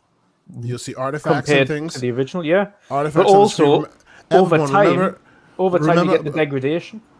Exactly. Remember when I was showing you the video of the Black Panther thing that I was playing on PS5 and there was artifacts all over my screen? That's where I was worried. And this is the OG PS5. It hasn't happened anywhere else, but we've seen a lot of those Twitter videos where people are showing a lot of crazy stuff on their screen as they play. That's what we're worried about. Yeah. And this heating thing could lead to a lot more of that happening in our environment. Real quick, I want to bring Wandering Dutch to continue his point, because obviously he's an excellent. Dutch, yes. But you did say something really interesting, Kay Asante, and I want to take what you said and hand that over to Wandering Dutch, who runs in for the touchdown on this one. Wandering Dutch, he said something super interesting. He says right now, because of the limited scarcity of the PlayStation 5s, we're not getting a lot of these reports. But once these revised PlayStation 5s start becoming in stacks at your Target, your Walmart, and your Best Buy, more people are going to have access to it. We could potentially see a lot of people making, complaints, returning, going on social media saying, hey, my PlayStation just bricked. What the F? I just bought it. And because it's going to be in more people's hands, we could potentially see more of these reports. Or is he onto something with that? Yeah, 100%. 100%. I think, and before I continue anyway, as Boom kindly spotted there in our private chat, yes, I do have a small quickfire giveaway to everybody in the chat this evening. So in about 2 minutes, because I'm going to give everybody a chance to get the Xbox code platforms ready to type in a code, and one lucky person will win. But a nice 3-month Xbox Game Pass Ultimate code will be dropping into the chat. Thank you. So fastest fingers first. Whoever wins it, at least let us know. It is just a surprise giveaway for everybody in the chat this evening. I just definitely appreciate that. Thank you so much, Dutch. That's very kind of you. And in about 2 minutes' time, I will drop them into the chat. I'll give everybody a chance to get something open, so at least they can type that code in and try to redeem it. Too? I'm sure a bot will get it. Hopefully not. But continue on from that point anyway. Yes, I think the more users get their hands on it, the worse the issue's going to become. Primarily because I think was it Mag or Kiasante mentioned it before, Everborn mentioned it before. I think the time frame in testing for this particular model can't have been anywhere near as long enough as it should have been. Correct. I mean, you've just finished putting out, and I'm talking less than like a year ago. Finished putting out the previous PlayStation 5 model, of which it's just been on the market. That's been stress tested internally for quite a number of months beforehand, and even then, it was an issue before they released it. Talking about heat. Now, that was a topic that was ongoing for months and months and months prior to its release. There was always an issue of heat and heat dispersion and what they're going to do to it. And then we see the model, and then it's broken down, and you see the absolute ginormous heatsink that's internal on that particular PlayStation. Then you see Xbox's side, and now Xbox have a large heatsink within the Series X, but what they've also done is they've encased the entire CPU and GPU in a heat conductive casing, a large metal heat conductive casing that also helps distribute heat. Then it also has a large fan that sucks the heat out of the top. That is heat dispersion done correctly. Now the PlayStation has went this old route of your heatsink, your fan's then pressed against a plastic container, so there's not actually proper heat dispersion going off there, because the shell's blocking that heat dispersion in the first place. So there's going to be a slightly hotter internal temperature than there would be on any other platform. Secondly, when you're shrinking the heatsink in the first place, that's never a good idea, especially when you're trying to kind of downsize or at least mitigate heat internally. Then you're also changing one of the key conductive elements for heat there from copper to aluminium, and then shrinking that particular size of heat dispersion as well. So you're shrinking the amount of kind of the base unit there from copper, shrinking that down, I think it's a couple of percentages, replacing it through aluminium, which isn't as good for heat dispersion. You're also shrinking the large heatsink that's also built in there, which is another weird move. The fan stays pretty much the same. I think they might have slightly changed the fan model, but otherwise the same. And then it's just a weird thing. What Kiasante was saying was absolutely true. With incorrect heat dispersion, with the incorrect heat management, and the fact that they've got AMD Smart Shift built into it, and coupled with the fact that they've also got the internal fan management system that automatically increases fan speeds to kind of compensate for the internal heat temperatures on the unit, which is trying to increase then the throttle that it's going to have on the GPU and CPU. And anybody knows that has built a PC before, if your heat management isn't correct on your PC, you're going to be having thermal throttles on CPU or GPUs. You're going to have performance hits. until you get your thermals correct. That's why you see these giant towers, PC gaming towers with 3, 4, 5 fans, liquid cooling, the works. That's to get the best performance possible on these particular units. You don't reduce whilst also trying to maintain the same power and same performance output, because reducing the cooling solution is never a good idea. And again, we're not going to know the true damage of this in the short term, but you will notice it in the long term. It seems right now, the one that we were concerned about originally, the original base PlayStation 5, is going to be now potentially outperforming the newer version of the PlayStation 5 that's come to the fold, and quietly. They didn't announce it to anybody. It was a revision that hit the market. And again, this happened, but you don't normally see the revisions, as I think either Kia Santi or Everbutton mentioned before.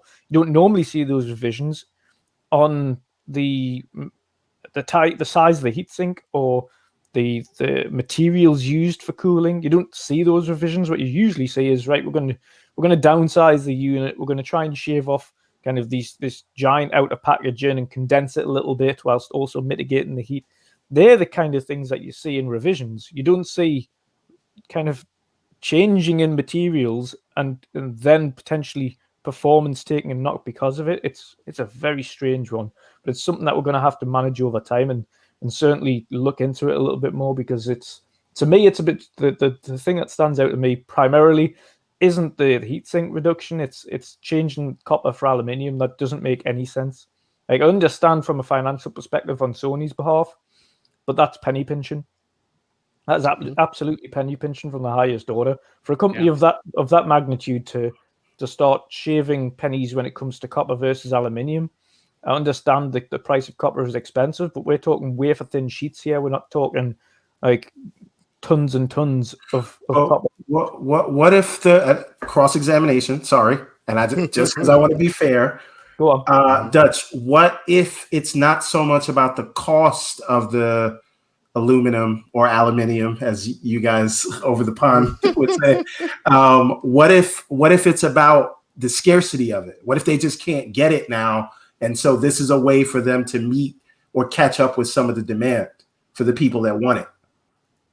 I understand, but at the end of the day, it's quality over quantity. You're either pushing out just to appease. This isn't, you can't say, right, okay, we're going to, and this is just from a purely consumer perspective. Are you going to want a product that, yes, you can get your hands on it, but then fails within 3 to 5 months? Or are you going to want a product that lasts the 6-7 years generation that you've got there?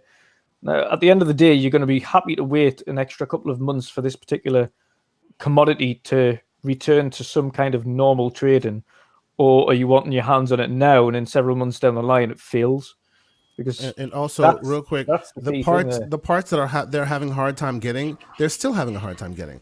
It's not like they changed those parts and all of a sudden the Zen 2 chips are now a different variation that's easily accessible. They're still getting the exact same chips. They're just putting worse cooling on it when they get it. That's the problem here. Yeah, it's not like, oh, all of a sudden now because we changed this part, now we can make more of them. It's just when we make more of them, we're using cheaper parts now. Well, but not necessarily though. Go ahead, Boom. Cheaper cooling. I do want to bring into the conversation 4 months, maybe 5 months after the PlayStation 5 launched, Bloomberg broke that story about the remember the revision back then before we got it now. So now wait a second. Let's take this into account. We're talking evidence here, folks. Right? now we have brought the evidence via cross examination, thanks to Detective Slanderer. Right? 5 months after the PlayStation launch. I'm the defense attorney, sir. I'm not the detective. Yeah, okay, all right, all right. So you're the defense. No, you know what it is. It's. I was going to say as well, though, Everborn. It is good. It's as much as you say the cross examination, etc. It's good to have that particular. I agree. You know what's hilarious? On Twitter, they still call me a bot. No. These questions have to be asked because others in the chat might be not too afraid, but not kind of knowing how to get the words out or know how to kind of elaborate on things correctly in chat. So it's good that you're able to do that to both myself or Asante or any other person because these are questions that people want to know and need to know. Well, how does that affect and why? Well, I'm just giving Kay Asante shit for you. I'm No, actually asking. not at all. Not at all. Not at all. But all jokes aside, right? So 5 months after the PlayStation 5 releases, right? Now we're into 2021. We get this story dropped by Bloomberg, who's legitimate, right? That's a legit news source, and they give us the information that potentially there's a revision coming, right? Now from that time frame, which we're talking about, it released November, December, January, February. Let's just say for shits and giggles, March, right? From March to the revision, whoever said it on this panel, that wasn't enough time in order to do the proper testing. You hit the nail right on the head, and there's the evidence. Because let's say, for instance, it is March where Bloomberg makes this report, and they start doing the testing then to now. March to August, folks, that's significantly less than what they would want to do the revision and do the testing for said revision. And maybe we're going to run into some problems. Like I said, maybe not August 31st, maybe not even December 31st, but there's certainly going to be an issue where once more people get this console in their hands and there's an abundance of people playing the new version of the PlayStation 5, you could run into some serious trouble. I mean, listen, again, this has been an unbelievably fast 2 hours. I mean, folks, I feel like we just started the podcast, and here we are nearly at the end of it. I do want to, obviously, say thank you to everyone who's here. I just have to catch up on some of the super chats. First of all, Wayne H. Now, this was a little early. I'm sorry that I didn't get to you at 8:16, Wayne. Sorry about that. He says, well said. We need to wait for someone like Gamers Nexus to measure the components temps. Austin only measured the exhaust. Great show, guys. Well, thanks, Wayne, for being here, brother. And thank you for the generosity of the $5 super chat. We had another super chat come in from, let's see if I can find it. Where are you? Sir X-Man. Sir X-Man. Let me see if I can find it on my end. Okay, I got it right in front of me. Sir X-Man, generous friend of the show. He drops a $2 super chat. Says, how many times do we have to replace the PlayStation 1 or PlayStation 2? A lot. I remember having to replace mine multiple times as well. Hopefully that's not going to be the case, because $500 is a lot of money to have. And Sony's customer service is just terrible. Good luck. It's not a bad point. I said it's not a bad point. I guess the one caveat I left out of my thing is, do I worry about reliability? I worry about the reliability of all early adopting. Sure, absolutely. So probably get a warranty if you want peace of mind. My VCR Xbox lasted until I got the Series X. I was going to say my VCR still around. My console warranties are already void anyway, because they've both been opened and tinkered with. So there you go. Well, listen, ladies and gentlemen, I just want to say thank you so much. We had over 300 people here. We're still maintaining almost 300 people, almost the whole show. We're glad. I know there's been a lot of commentary of us being on camera. Something I happily enjoy doing. I'm glad everyone was on camera this evening. This has been a great show. I think that everyone that came here, even in the chat, had a tremendous amount of great opinions. I didn't see a lot of console war, and if I missed something, obviously I'm the host. I'm doing 1,000 things. You know what? Shame on me. No, that is because we have the best community. Boom. Yes, that's why we do. We have an amazing chat. We got smart people who can read. Yes. Well, I want to thank Kirby Louise, and we definitely got to get him on here the next time we have one of these big technical conversations, because he is obviously a developer. He's someone in the community that knows a thing or three. And sorry, obviously I should have got you in here midway, but Mag, did we get your opinion on this? Oh yeah. Yeah. I was throwing it all over the place. Yeah. Listen, that's fantastic. Real quick, I want to say pause, but maybe not. Nah. Bunty in the chat drops a $2 super chat and says, "Great show, Boom. Have to go catch the rest later." Well, thanks so much for being here, Bunty. Of course, if you are new to the channel, I want to say thank you so much for hanging out. Oh, and for Bunty, rest in peace, Lee Scratch Perry. He knows what I mean. Mm-hmm. Okay, yes. As do I. Yeah, well, there you go. I think I do. I think I saw something on Twitter about that. Reggae legend. Yes. Reggae legend indeed. Yeah, he's. I saw that post. I actually retweeted that, as a matter of fact. But listen, we'll start with our guest One Bad Mother. Once again, you're bringing this fire. Love what you do every time you're on this. Every time you're a guest, we got to bring you back more often. Love what you're doing over at, of course, the Xbox Era with John and, of course, Special Nick and the rest of that amazing crew over there. Please, by all means, tell everyone where they can check out your reviews, where they can check you out on the Xbox Era, and where can people reach out to you on social media? OBM, before you start, can you also tell us what Special Nick told you about who they're going to purchase next? Oh, Okay. I tried, Boom. I tried. Breaking news, ladies and gentlemen. They bought Capcom. Yes. I keep telling you, that's when I start console wearing. The day they buy Capcom. If I ever hear anything, then I can't really talk about it. So that goes for anybody. I keep secrets. But yeah, no, I appreciate you having me back again, Boom. I do think it's going to be a great generation to be an Xbox gamer. I'll say that. But yeah, I do think you know something. He knows something. See? I know nothing. I'm like Jon Snow wandering down the wilderness. Was looking for a hot redhead. Yeah.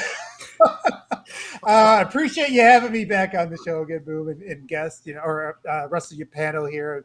All you guys are great. It's been fun. If people want to try to check us out over at Xbox Era, we have forums. Just go over to the site. There's forums. The forums are pretty busy. They've been growing, so we try to keep both the trolling and the system warring both ways out of the conversations. It's really just about gaming and talking about all the things, kind of all the potential of this generation, which is a very exciting generation in my opinion. And so just come over there. You'll find articles by me, by a lot of our staff. We do reviews. I'm actually working on another article right now for Halo, which is I am going to be focusing a lot on the documentary of Halo 2 and kind of helping people understand a little bit about some of the hell that a lot of AAA games go through, but also understanding a little bit about the situation right now. I think I wouldn't say that it eases all concerns, but it does give some perspective, and that I think could help in the overall anxiety that's going on from the community. I mean, that's always a hard thing. So look for that. I hope to get that done here in the next few days. And but sometimes I am like George R. Martin, and I do take a long time to write it, and hopefully somebody else doesn't have to finish it and screw up the ending like they did with his story. Other than that, we have a podcast. I do guest sometimes. I was on the last one, so check us out. There's a podcast from yesterday, and we talk about that very thing as well. So again, thank you very much, Boom. Well, thank you, brother. Definitely appreciate that. Real quick, shout out to Valorian in the chat is asking. I started putting the show on Spotify, Apple Podcasts, Google Podcasts. Unfortunately, I'm just one dude. You know what I'm saying? 4 shows a week. A lot of the times, it really becomes a time crunch that I only have so much time in a day to do it. That's why my main focus, and I'm not saying that I'm not going to try and do it.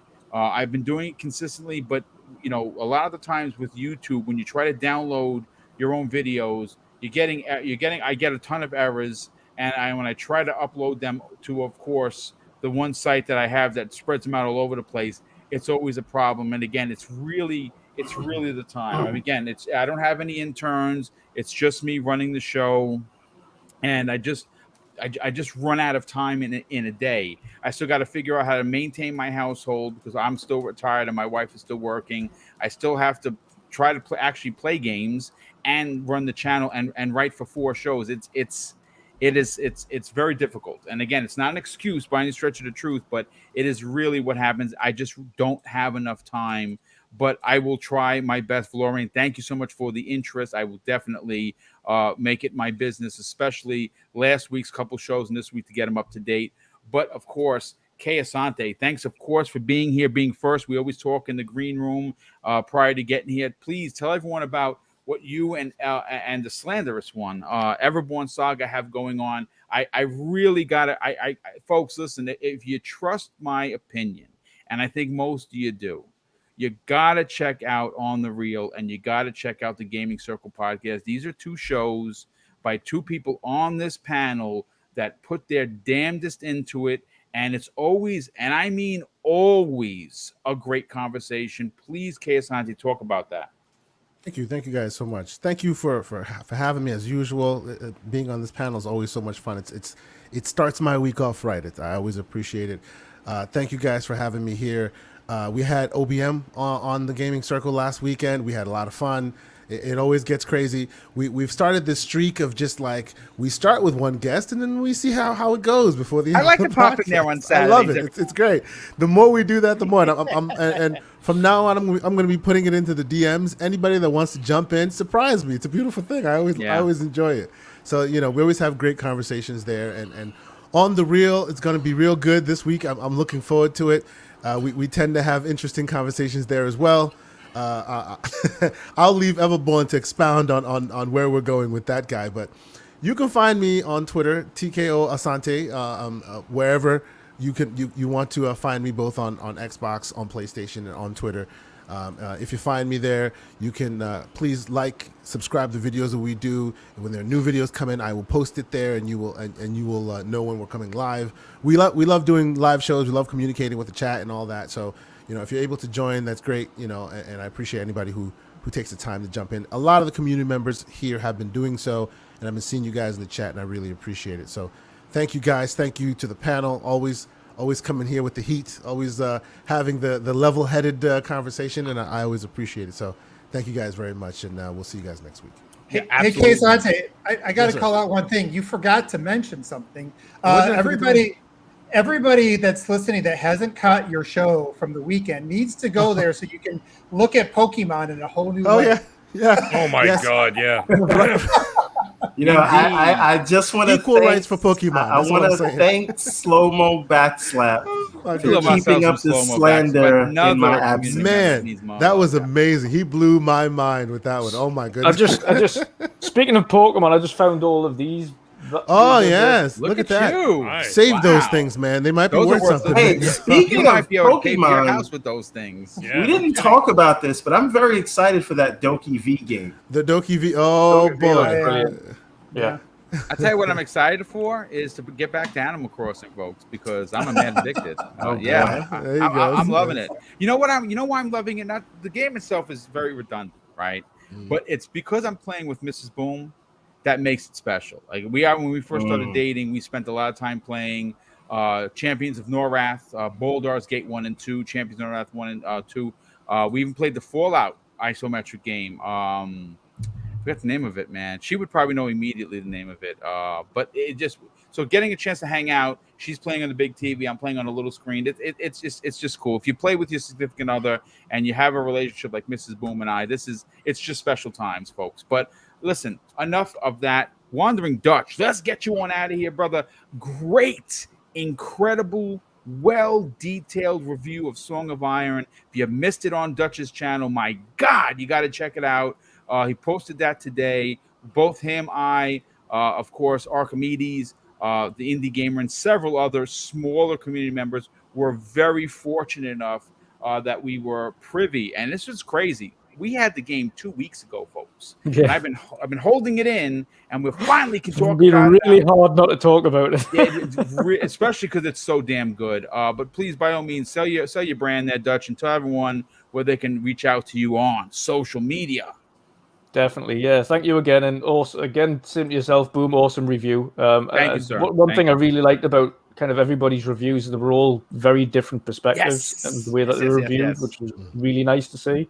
I liked your kind of breakdown of where he started and where he come from and everything like that, which is really great. I know you've had him on the show before and you've kind of briefly touched on it with him when you've had him on the interview, but to give that breakdown in the review was also really nice. Thank you, sir. And I think the only reason I didn't give that perspective on mine was because I think Joe's been on our show. Oh, he's quite a bit. 7-8 times now. Yeah. But it's great. I like to get him in, especially throughout his development course, etc. It's been really great to kind of see him build the way he has. And that final product, everyone is really, truly going to enjoy it. But if you haven't seen Boom's Archimedes or Indie Gamers, go and check those out now on each channel. They're all awesome. different perspectives, different bits of gameplay, and the way that they produce it. Really good work by all three of them. Thanks. So But yeah, aside from that, you can catch my review as well on YouTube at Wondering Dutch and on Twitter at Wondering Dutch. We will be giving away 4 copies of the game as well on Wednesday during our podcast. So, of course, tune in if you want a chance to win that and you haven't already pre-ordered. But again, I do kind of advise people that are interested in this game, put down that $20. It is definitely worth the $20 and your time. It's a short and sweet 4 to 5 hour experience, depending on how good you are at those type of games.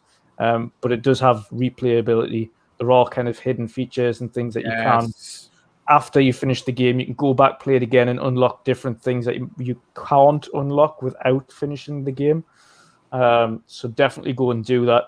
Aside from that, of course, like I mentioned, Joe is on the show on Wednesday, potentially with Will Goss, the composer. Yeah, who did the music was amazing. Really good. And if people weren't aware, the There's music the movie.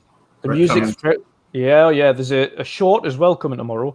But yeah, if you weren't aware, the music in the game was actually the same track, but reworked many different times to come up with different tracks. So it's actually the same track reworked in many different variances and different styles. So it is basically the same main theme tune, just redone in different ways to make it sound a bit different, whether it be like really strong and epic or really quiet and like chill. It's just the same thing over again, but it worked really well by Will, and it's hats off to him. It really does a great work and kind of making you feel in certain moments.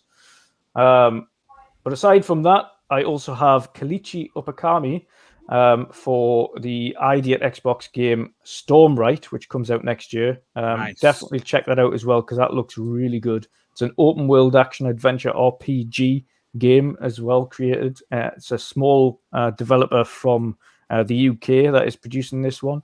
And judging by what I can see on his trailer as well, he might be using his own engine, which is new, which is good to see. Very interesting. Next week, I have a really big guest as well in ACG, Jeremy Penter. Oh, yeah, he's awesome. We love ACG on this channel. So he will be on the show next week. So that is awesome. And Will has just confirmed he is there on Wednesday. So that's Joe and Will will be joining us on Wednesday this week. Nice. Awesome. That's great for you. Great for the channel. Massive thank you to the chat again tonight, and hearing me rabbit on for the last 2 minutes there. Huge congratulations. You got to sell your brand, brother. Listen, that's what we get you on here. Everyone knows Mr. Boomstick. I want to make sure to get over to your and continue your path to dominance. Let's get you to 10,000 subs. Definitely. But listen, Middle-Aged Gamer Guy, you continue to entertain the community with these comedic shorts that you do. Please tell them where they can check those out, and what else you got going on in the music world. Yes, well, finally, as the fall approaches and the after Labor Day, I will be working more closely with Pulse Music Media. Nice. We've got some more stuff coming up, and interestingly, Pulse Music Media has just crossed once again. It's crossed 300,000 subscribers now, and that's in less than a year. That's incredible. So it is unbelievable, the leaps and bounds that are being made there. And yes, there's going to be a lot more video game music coming up, a lot more stuff coming up in that respect from the Ubisoft, Sony Santa Monica, and of course, 343 Studios. They're going to be we're going to be working on a little bit of Halo music. So that's nice. It's incredible. Hey, Mag, yes. I got to talk to you about some Everborn music. What we got to have some. Composer. I am, as a matter of fact. We'll talk. I'll slide in your DMs. We'll discuss. You hit me up in the DMs and we'll talk to my brother, because my brother is the one my actual brother runs Pulse Music Media, right? So, but we will, we'll talk about that privately. But anyways, if you want to see my hijinks, you can find me on Twitter at the Middle-Aged Game Guy. That's with a GY at the end, of course. And you can find me here every Monday evening, 7 p.m. Eastern Standard Time on Primetime Gaming with Mr. BoomStick XL and friends. And tomorrow night, yes, hide your children, hide your wives at 10 p.m. Eastern Standard. I am with Nuke Nukem and Titan Drago on the wild, the crazy, and the notorious Gaming After Dark, which just seems to be getting wilder and wilder as each week goes by. But could it actually get wilder is the question. Dude, it's like it's gotten to the point where like even I draw the line, and I'm just like, guys, this is too much. But it's been getting it's fantastic. But anyways, guys, chat, you guys are amazing. Panel, you're amazing. OBM, thank you for becoming a channel. A panel member now, basically, because this is your your 26th appearance in the last 2 months. It's a fight between you and what the hell's his name, and Joel from Song of Iron. It's like back and forth. It's like, you're back again. It's fantastic. But anyways, it's great chatting with you guys. Great topics tonight. And again, the chat, you guys were incredible. Guys, we'll see you all next week. Yeah, thank you so much. And certainly last and no way least, someone that has a lot to talk about because, of course, his Everborn saga is fantastic, is the Everborn saga. Talk about where could people reach out to you, what you got going on in the Everborn saga, and where could people potentially strike up a conversation with the slanderous one. Well, I will save the best for last in my outro, but I do want to start out by saying thank you to OBM for coming on to the Gaming Circle podcast this weekend. I was not feeling well, and you definitely represented a lot of the things that I wanted to say about Halo. And yes, you are like one of those family friends where it's kind of like they come to the house and they're no longer guests, so they ask you for something to drink. You say, go in the fridge and get it yourself. Right. Yes, You know where that's right. That's where it is. That's where OBM is at. Right. Your 24 hours is over, bro. You know where the fridge is. Go ahead. Exactly.